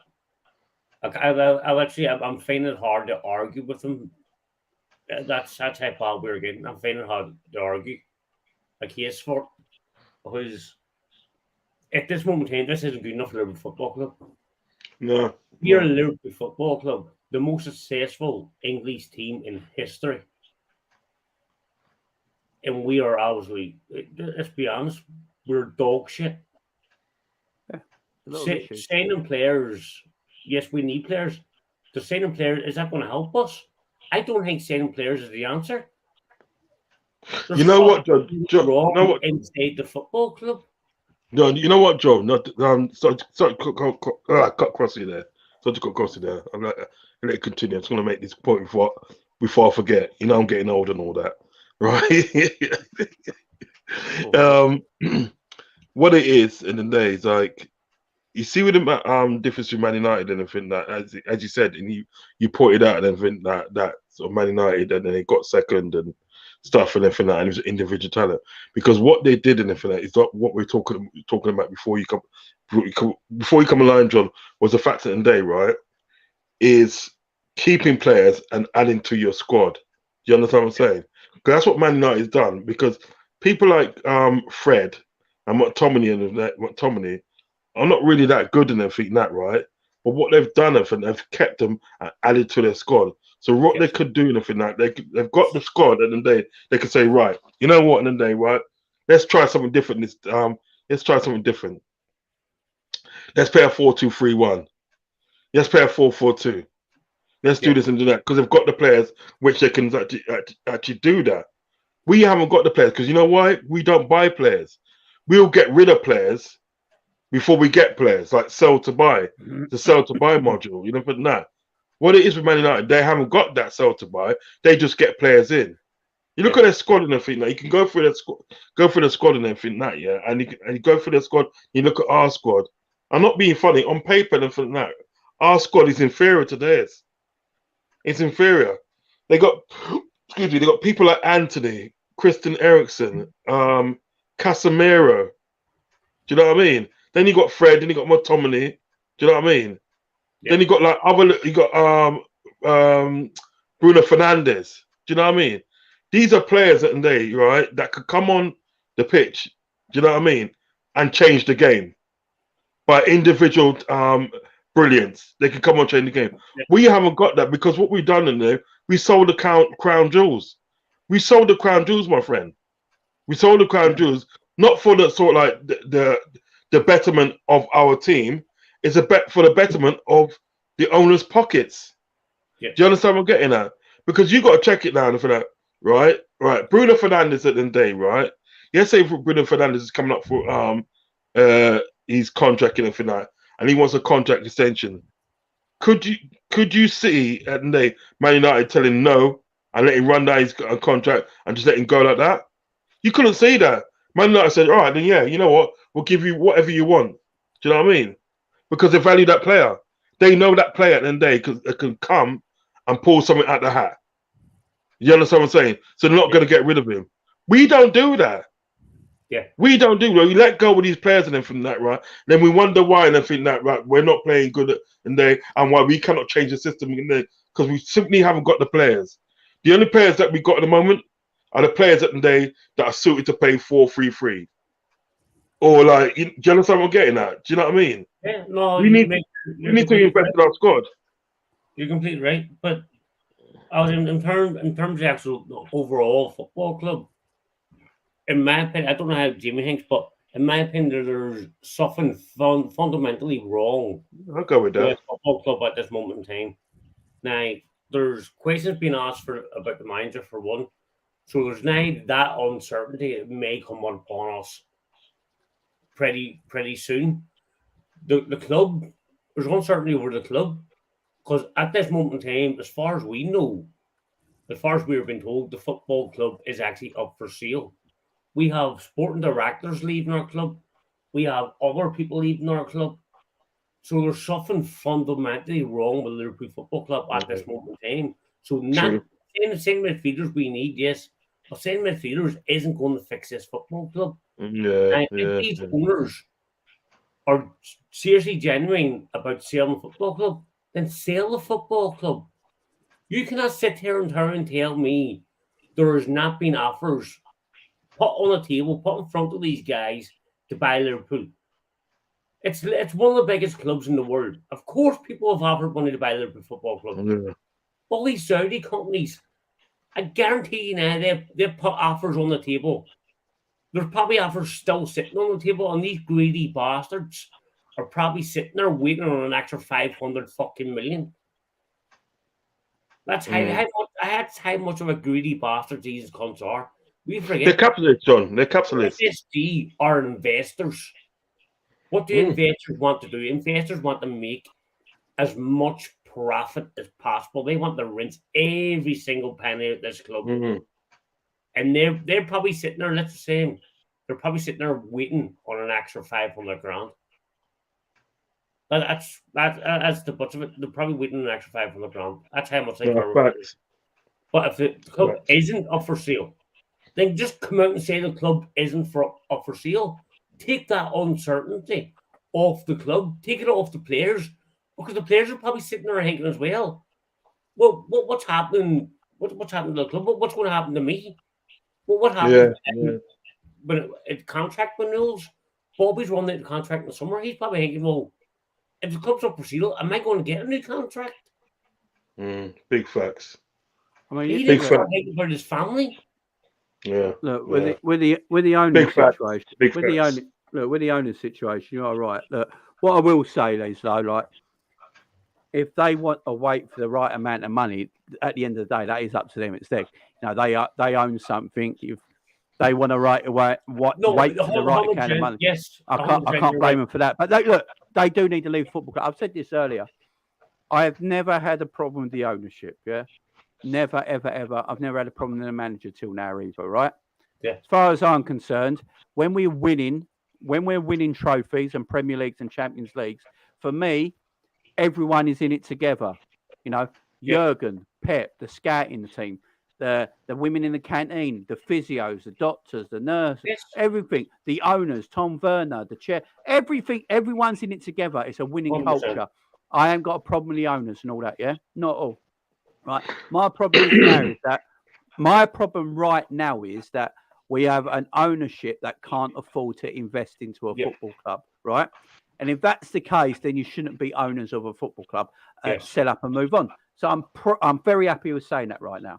This is where I start to get a bit confused about everything in our transfer policies here, guys. So look at our transfer policies. When we needed a defender, went out and got one. Right? Yeah, we got them injuries in January. Everyone knows we wanted Kanate in January. Klopp wanted Kanate in January, that January. We couldn't get him because of contracts with Leipzig because of Champions League football. So Liverpool just went out and got two defenders, a hologram and Kabak. Right? But they went out and got players, yeah? And in the end, Klopp went, you know what? I'm not going to play them. I'm just going to play the defenders I actually have on my books. And what happened? We played defenders in their positions, and we played the midfielders. Because everyone's got to remember, that season, no one else was injured. Apart from Thiago, the only other injuries are all centre-backs, right? Yeah. They're all centre-backs. And what happened is, Klopp didn't trust the centre-backs he had in his club. So he played Gini Wijnaldum and Jordan Henderson in midfield, right?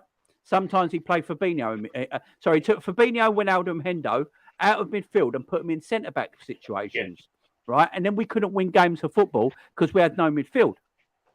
As soon as Ronaldo gone by that time. Sorry, no, he was still there. He's gone, wasn't he? No, Ronaldo was away, Jimmy. He's away. He was gone. Yeah, Wijnaldum was away. Wijnaldum was away. Yeah, so he played Hendo and Fabinho in defence, didn't he? Yeah. And Thiago got injured. I'm sorry. Yeah, you're right. So Thiago got injured, and then against Everton as well, same as Van Dijk. And then he played Hendo and Fabinho as centre backs, didn't he?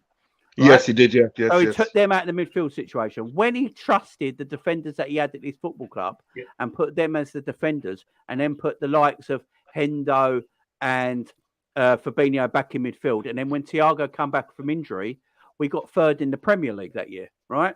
And we won our last 12 games of the season, we won 10 of them and drew 2. We went on that big run, right? Because Klopp trusted the people in charge to put them in the right positions. Then they went and got Konate the following summer. As soon as the transfer window opened in the summer, they went and got Konate, right? Mm. We then have bought, from January last year to January this year, we have bought 3 new strikers, 3 new attackers, right? So money is there because they went and bought 3 new attackers, yeah?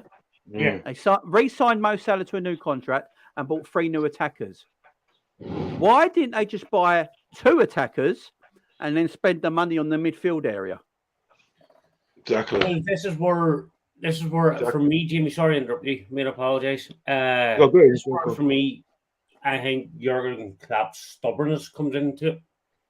Because Jurgen Klopp we all know Jurgen Klopp wanted Tuchel. Yeah. Right? He couldn't get Tuchel over the line. He went to Real Madrid. Then he switched his full attention on Jude Bellingham. Now, he's been chasing Jude Bellingham for 2-3 seasons now. Yeah. And this is where I will get really, really pissed off with Jurgen Klopp. If we don't get this Jude Bellingham deal over the line, and he has spent 2 to 3 seasons chasing this guy, then I'm sorry. What the fuck was the guy playing at? Because there's been midfielders that have been sold for 30, 40, 50 million. Whilst we've been chasing this, he's a brilliant player.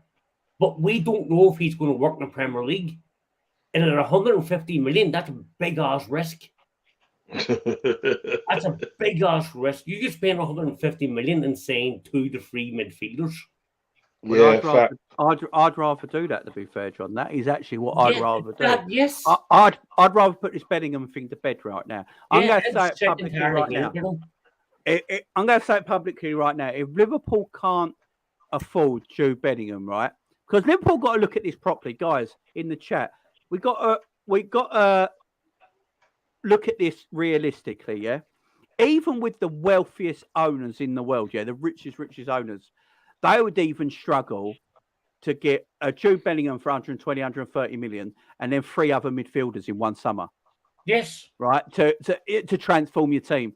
Even the richest owners would struggle doing that, because you have got. I know FFP don't exist to some of the big clubs, but I can guarantee you right now, if Liverpool broke FFP rules, we'd get everything. We'd get everything thrown at us, right? We would get everything thrown at us. We know that. So I think we've got to be careful. So if we can't get a Jude, so I think what Liverpool are looking at now is that. That is a good point. But look how fucked Chelsea are. They've wasted. I saw this earlier. Someone said this earlier, right? Would it have been better for Chelsea not to spend any money instead of wasting 300 million? Yes. Yeah. Chelsea wasted 300 million. They're 10th in the Premier League. They just got battered by City 4-0. They are terrible. Sacking their manager. Yeah, I mean, they're actually talking about sacking Potter has done shit. He should be doing a little bit better. Chelsea have got good players there. I can't blame it all on the players. Potter should be doing a little bit better. Yeah. But who the fuck at Chelsea decided to go and buy Koulibaly, who had died 3 years ago? Right? This ain't the same player. This ain't the same footballer. Koulibaly is terrible. They waste. Who at Chelsea decided, I tell you what, let's loan out Lukaku and buy 35-year-old Aubameyang. They're wasted. I would have rather, guys, spent no money instead of wasting 300 million like Chelsea have. Do you know what I mean? I'd rather have that sold for Koulibaly. Do you know what I mean? So what I would say we should do, what I think Liverpool should do, is spend the amount of money we're going to spend on Jude Bellingham, but on 3 midfielders. Yes. Right? So if Klopp, I'm going to say this about Jurgen Klopp, yeah? I'm going to say this about Jurgen Klopp. If Jurgen Klopp thinks his system can still work if he gets the right midfielders in, and it does, and it's all happy days again, right? Yeah. Get him the midfielders he needs to make that system good again. Because let's not forget, I keep saying it, Liverpool have never had a world-class midfield under Jurgen Klopp. As I said, we won the Champions League final against Spurs, and most of that Champions League campaign with Wijnaldum, Fabinho, Henderson and Milner, all right, as our midfield, yeah? The following year in the Premier League, we went and won the Premier League with that same midfield. Obliterated the Premier League, yeah? With that same midfield. So what we need is players. We need runners. That's what Klopp wants in midfield. Yes. He wants runners and players that can press, yeah?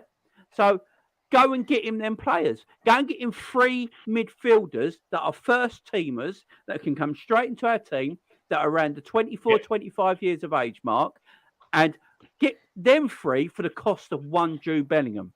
Do that, because I'll tell you what the issue is, though, guys, before I let you go, John. I'll tell you what the issue is here, though. If Liverpool get Jude, put this scenario in your heads, yeah? Milner's leaving, Ox is leaving, Keita's leaving, Bobby Firmino's leaving, all on frees, yeah? That's 4 players leaving on frees in the summer. Bobby might stay, but say that's them 4 leaving, yeah? Right? And we only buy Jude Bellingham in the summer. Are we better off next season with having them 4 players leaving our football club and only 1 Jude Bellingham, or are we better off now? No, we're better off now. You're off now. He was a free player. I think it was yesterday's video I was watching on your channel. You mentioned 3 players. I believe it was Mateus Nunes, Caicedo, and Declan Rice. Yeah. Now, I believe you could get all 3 of them players for the money that we would for about 200 million. Yeah. 200 million, sorry. Potentially spend on Jude Bellingham. Them 3 midfielders for us, I think, will be perfect. Yeah. Why not go make them deals? Yeah, I mean, Jude Bellingham does not fix this team by himself.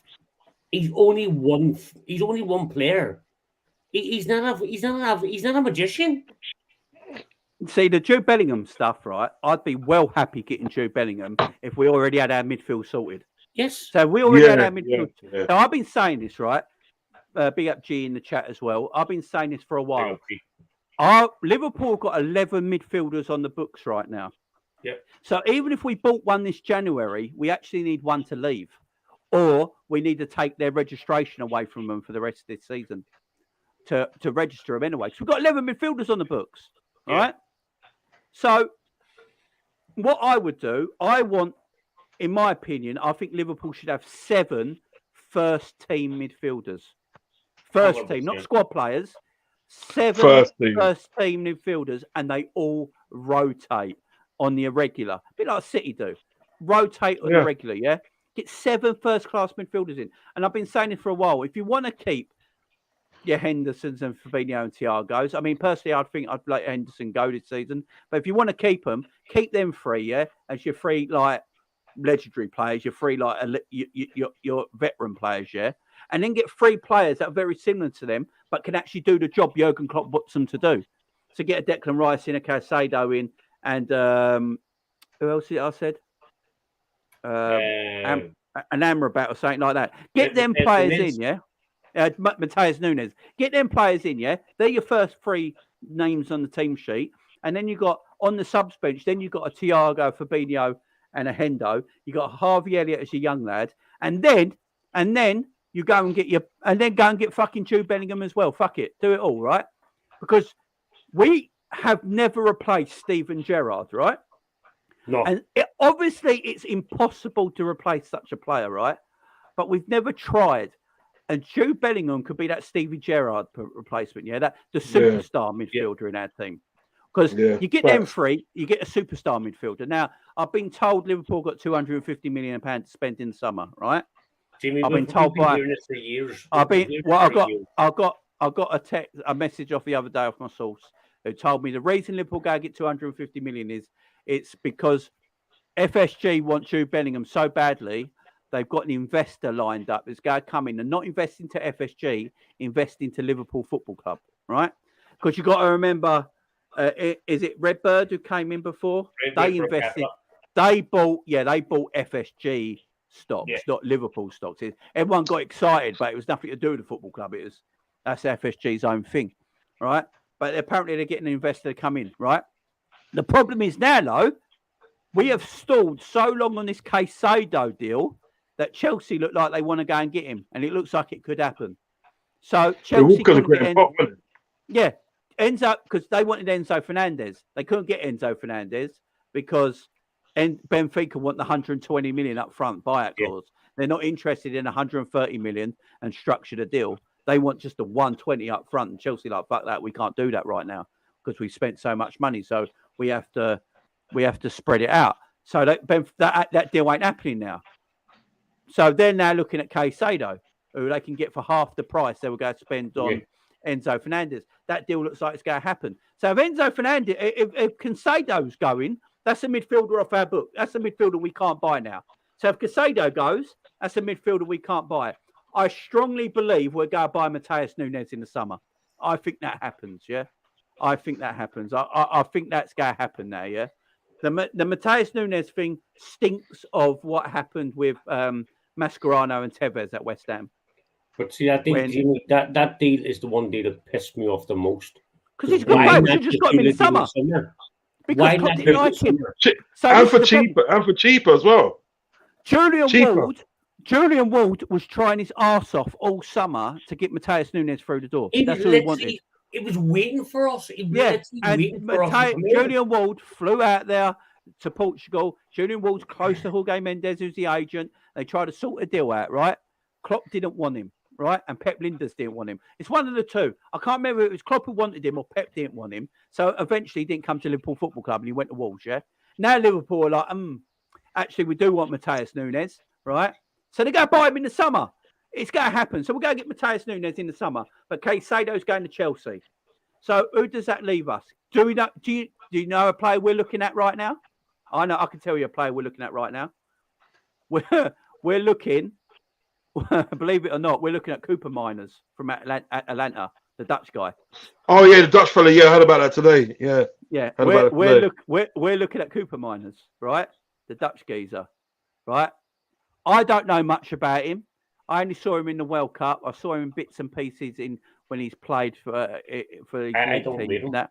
So I've not seen much of him, yeah, right? But apparently we're in for him now, yeah? So apparently we're in for him. So if we're in for Cooper Miners, who's probably 30 mil, yeah?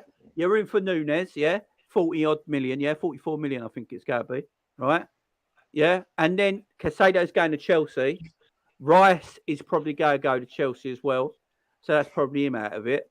And then the only other midfielder left is Amrabat around the 35 million pound mark, right? So 35 million for Amrabat, 30 mil for Cooper Miners, and then 44 million for Matheus Nunes, yeah? Yeah. I wouldn't be surprised if they're Liverpool's 3 new midfielders by the time we start a new season next summer. But you know, one of them has to be done this January because you can't do all 3 in one summer. One has to be done this January. Even if we get one, has to be done. The Amrabat deal, Cooper Miners and Amrabat must be easy to get. That must be very easy to do this January. Yeah. But what I'm saying is people might not like these players. Amrabat, Cooper Miners, Matheus Nunes. I think Matheus Nunes is a quality footballer. Yeah. But the other two, people will be like, they're running-the-mill footballers. They're running-the-mill footballers all day long. But I tell you what, if they fit, if Jurgen Klopp, by the look of it, Jurgen Klopp is not moving away from this structure, right? from the way we want to play. Yeah, he wants to carry on playing this system, but if Cooper Miners, Amrabat, and Mateus Nunes can play in Klopp's system, you might as well just go and buy them. I agree. I would take Amrabat in a heartbeat. I think he's a quality player. And Fabinho needs to hold bench. Fabinho's not been good since the whole bench. He has been good since the back end of last season. Now, the one question I want to put one question to both of you, obviously, Jamie. I was talking to Baz last night, and Baz says to me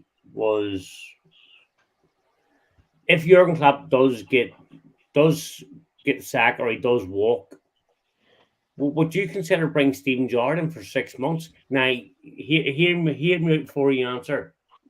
I think he's got a very good, valid point why to do this.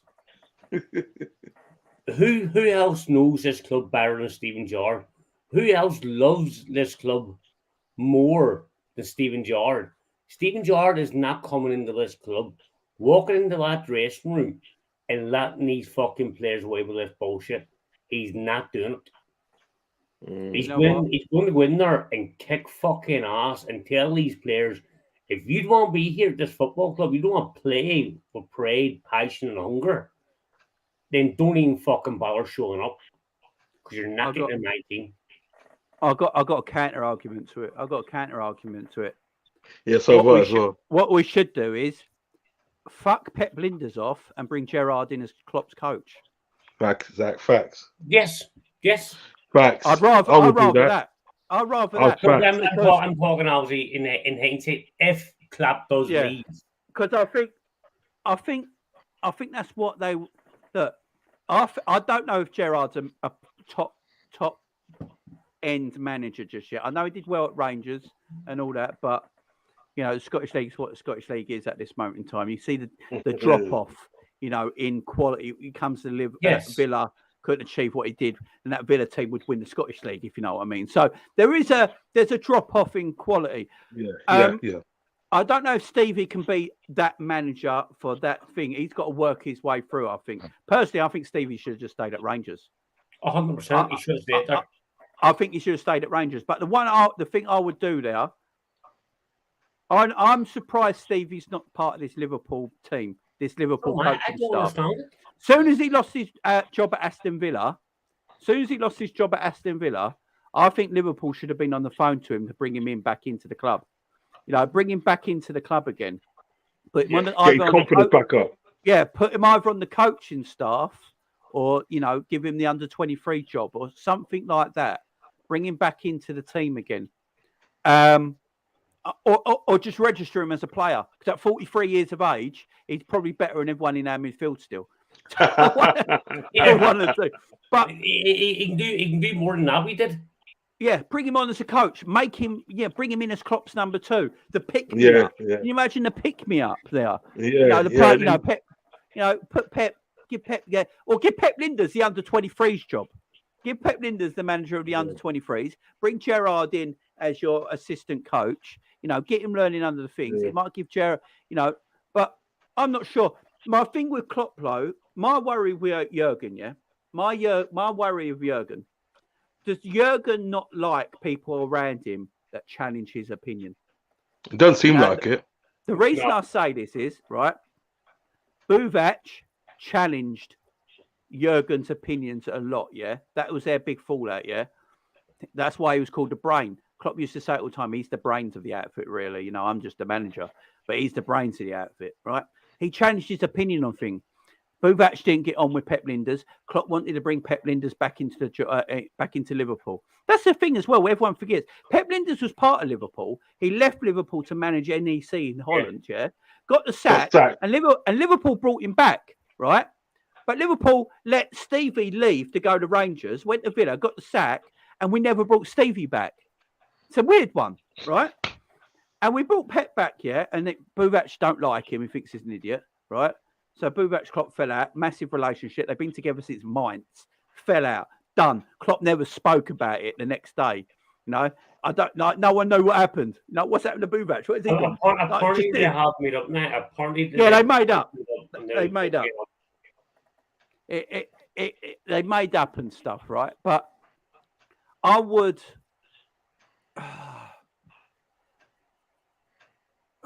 With Pep Linders, I just feel like I think Klopp don't like to be challenged. Some people like yes men around them, and like Pep Linders. You know what Pep Linders reminds me of?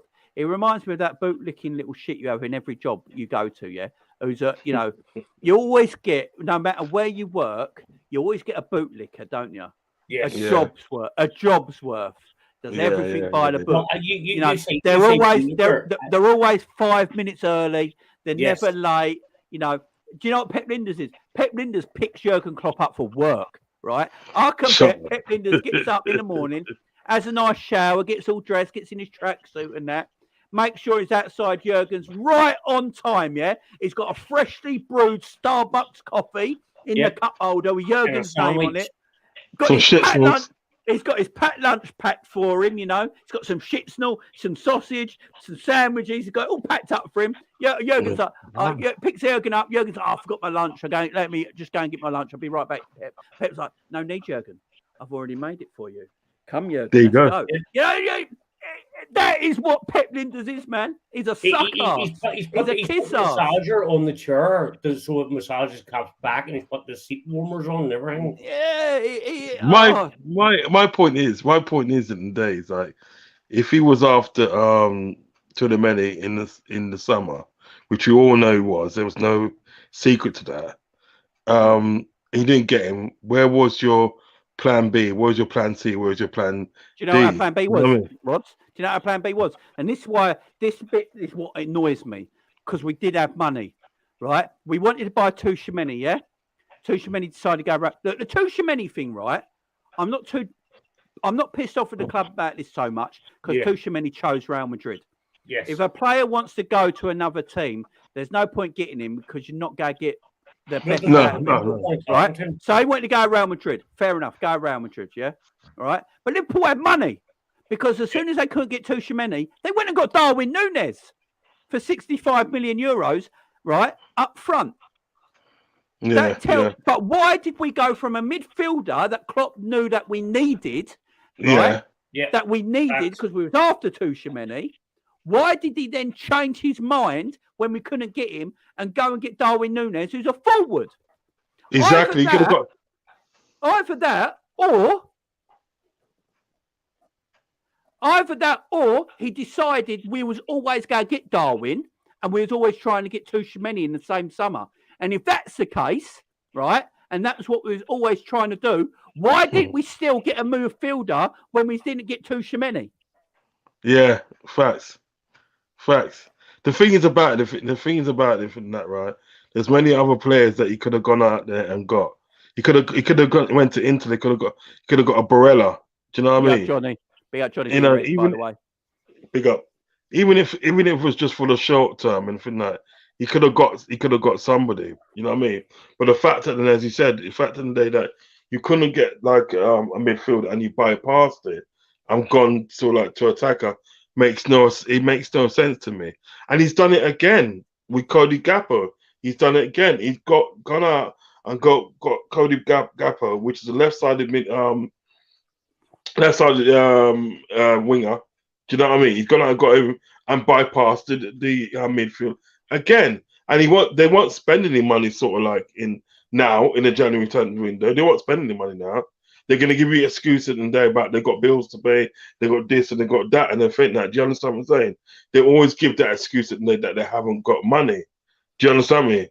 But yet you want to tell us a couple of months prior and think that how much spending you're going to do in this transfer window. Do you understand what I'm saying? Don't make sense. Do you know what I mean? So with him in the thing that I often think in the day, well, look, if you couldn't got Tchouaméni in the thing, surely in the day there was midfielders out there in the day that you could have gotten a thing that, right, which could have been a substitute to Tchouaméni. Do you know what I mean? And then what you do in the thing that you go for the big one in summer and day with Jude Bellingham, because I think what is Jude Bellingham, right? What is Jude Bellingham? I know he's 150 kind of like 150 euros now. But then when it comes to summer, it's going to be cheaper. It's going to be cheaper when it comes to summer. You're not going to pay 150 million. You're paying something like probably about 80 or 90, if that. Do you understand what I'm getting at? Do you know what I mean? So they can actually at the end of the day this summer they can afford to buy at least 3 midfielders. But you know something in that, right? They won't do it. They'll probably go and get Jude Bellingham and that, and that'll be it. That'll be it. They'll lose Keita. They will lose Oxlade-Chamberlain. Yeah, Milner, you can't really play again anymore. Henderson should really be out the door, but they'll probably offer him another contract. Do you know what I mean? Yeah, right. And they would only go out and get Jude Bellingham and say, "There you go, Liverpool. That's your marquee signing. This is what you wanted, isn't it? This is what you wanted. There you go." And when you ask them about sort of like, what about anybody else? They will say, they go, we ain't really got the money. We got bills to pay and this and that. Or like, if the right player comes available at the right price, we'll buy him and for that. Knowing all along the day, you ain't buying shit. Do you know what it is with that bills to pay thing that we keep hearing all the time as well, yeah? You know what? I have bills to pay. We all have bills to pay. But on the occasion, I might shop in Waitrose. Yeah? Yes. But I still have bills to pay, right? So I treat myself occasionally, yeah? And I treat myself occasionally. Right? I hate that bills to pay line. It does my head in. But as I keep saying, in the summer just gone, we were in for Tuchemeni, we were in for him big. Even Klopp made aware of it in the press conference and said, well, he was after a midfielder, but he chose Real Madrid. So we all know it was. And we went Darwin Núñez in the same summer. Now, I can't remember going back. Guys in the chat, I don't know if you remember, because I don't, right? Did we go for Darwin and Tuchemeni at the same time in the summer? Yes, we did. We went for Darwin and Tuchemeni at the same time. So if we went for them at the same time in the summer, right, that means we would go try and buy both of them. Because we're very heavily in for, because we did buy Darwin and we're very heavily into Tuchemeni. So if that's the case, why did we stop buying a midfielder? And then if that's also the case, why did we then go and buy Gakpo in January as well? I know we lost Diaz, so he probably thought we needed a forward. But Jimmy G. But we're still going to keep Gakpo, Darwin. We're still going to have, when everyone's fit, Gakpo, Darwin, Salah, Diaz and Jota. So we're going to keep them. So I know we needed because of the replace, but it ain't a replacement. It's just an add-on. So why didn't we fill that midfield position? So who are we waiting for? Literally, who are we waiting for? Jimmy, this thing, I don't know. It's obviously it's not a dig at yourself or anything else. It's not. You know, I've nothing but respect for you. Yeah. You're a good friend of mine. But I remember, I don't know if you remember, but you did a show in the summer towards the end of the window, or it may have just been after the window shut. I think it was just before the window actually shut. And I said to you, nobody can tell me that we cannot go out and spend an extra 40, 50 million on a midfielder. And I think what you were trying to say is, but yes, Liverpool's made all this money, but we don't know what money is coming out of the club. Yeah, that's right. Yeah, right. But my point I was trying to get at that time was that the same fact we were in for Tuchemeni and Darwin Núñez at the same time, so that told me we could have spent the extra 40, 50 million on a midfielder, and for some reason or another, we just didn't do it. Yeah, it's mad, isn't it? And that's what pissed me off about the summer transfer window. Because we all knew we needed midfielders. I don't know who I blame on that either. This is the problem. Because obviously it was there and available. Yeah. So I don't know who I blame. I really don't. I don't know if it's FSG fault. I don't know if it's Klopp's fault. I have no idea. I'm so confused by all this now. I have no idea who we're meant to blame for anything no more. Well, let's be honest. We're not going to know who to blame until one leave. We will never know. Very true. Until Jurgen Klopp leaves. If Jurgen Klopp leaves and still the exact same way, then we know for a fact it's FSG. Yeah. If FSG leave and Jurgen Klopp still doesn't spend money, then we know for a fact it's Jurgen Klopp. Yeah. We're not going to know until one of these people leave. Yeah, exactly. No, you're right, man. John, you're totally right, man. Look, guys, it's been an excellent debate. It is a Sunday night. It is 11 p.m. It is a school night. I've got to put the kids, make sure I'm not too loud for the kids and all that to sleep. So what I'm going to do, guys, I'm going to be back at 12:30 tomorrow afternoon, continuing this chat, guys. Cool. So I'm going to be back at 12:30 tomorrow afternoon, continuing this discussion because there's so much to talk about. I even got into everything I wanted to talk about today. So, guys, make sure you're back here tomorrow at 12:30 p.m., guys, tomorrow afternoon. And, I'll be back then. Big up, Melina. How you doing? Hope you're doing good. I hope you're feeling much better now as well. I know you was quite ill before Christmas, weren't you? So I hope you're feeling much better now. So, guys, 12:30 p.m. tomorrow afternoon, I will be back and we're going to carry on this discussion. There is so much to talk about still. I still didn't get it all out, but it is a school night. Not that I go to school, because I'm 41 years old. That'd be a bit wrong. But obviously my kids do, and I can't be too loud now because it's 11 o'clock at night. So, guys, we are back tomorrow. Appreciate the love. Thank you very much today, guys. Thank you for hitting the like button. Over 100 likes yet again. Big up to everyone on the show. Big up to everyone in the live chat. Big up to Uncle Rod's. There he is. Go, Rods. Tell them where they can find you. So subscribe to your lovely channel. Yes, mate. Come to Anfield Rods on YouTube. I've got show on Tuesday and Wednesday, and I will have one on Thursday. Come over there, like and subscribe, please. I broke the 200 subs barrier over the weekend, so onwards and upwards. So come over there. I'm also on Instagram as well, Anfield Rods, and also on Twitter, Anfield Rods as well. That's where you can find me. And also on this.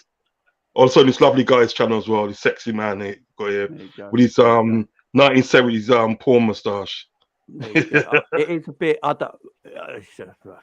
Right, John, where can I find you? Yeah, you find me on Glasgow Reds TV. You can also find me on these two guys' fantastic channels. Big up to Jamie, big up Rod. Jamie's an inspiration to all of us. One of the reasons I started YouTube so big up, Jimmy, and thank you very much for having me on, man. I do appreciate it, man. Much love. Right, guys, we are out of here. I'll see you tomorrow at 12:30. Enjoy the rest of your night. Goodbye for now. Bye-bye. Right.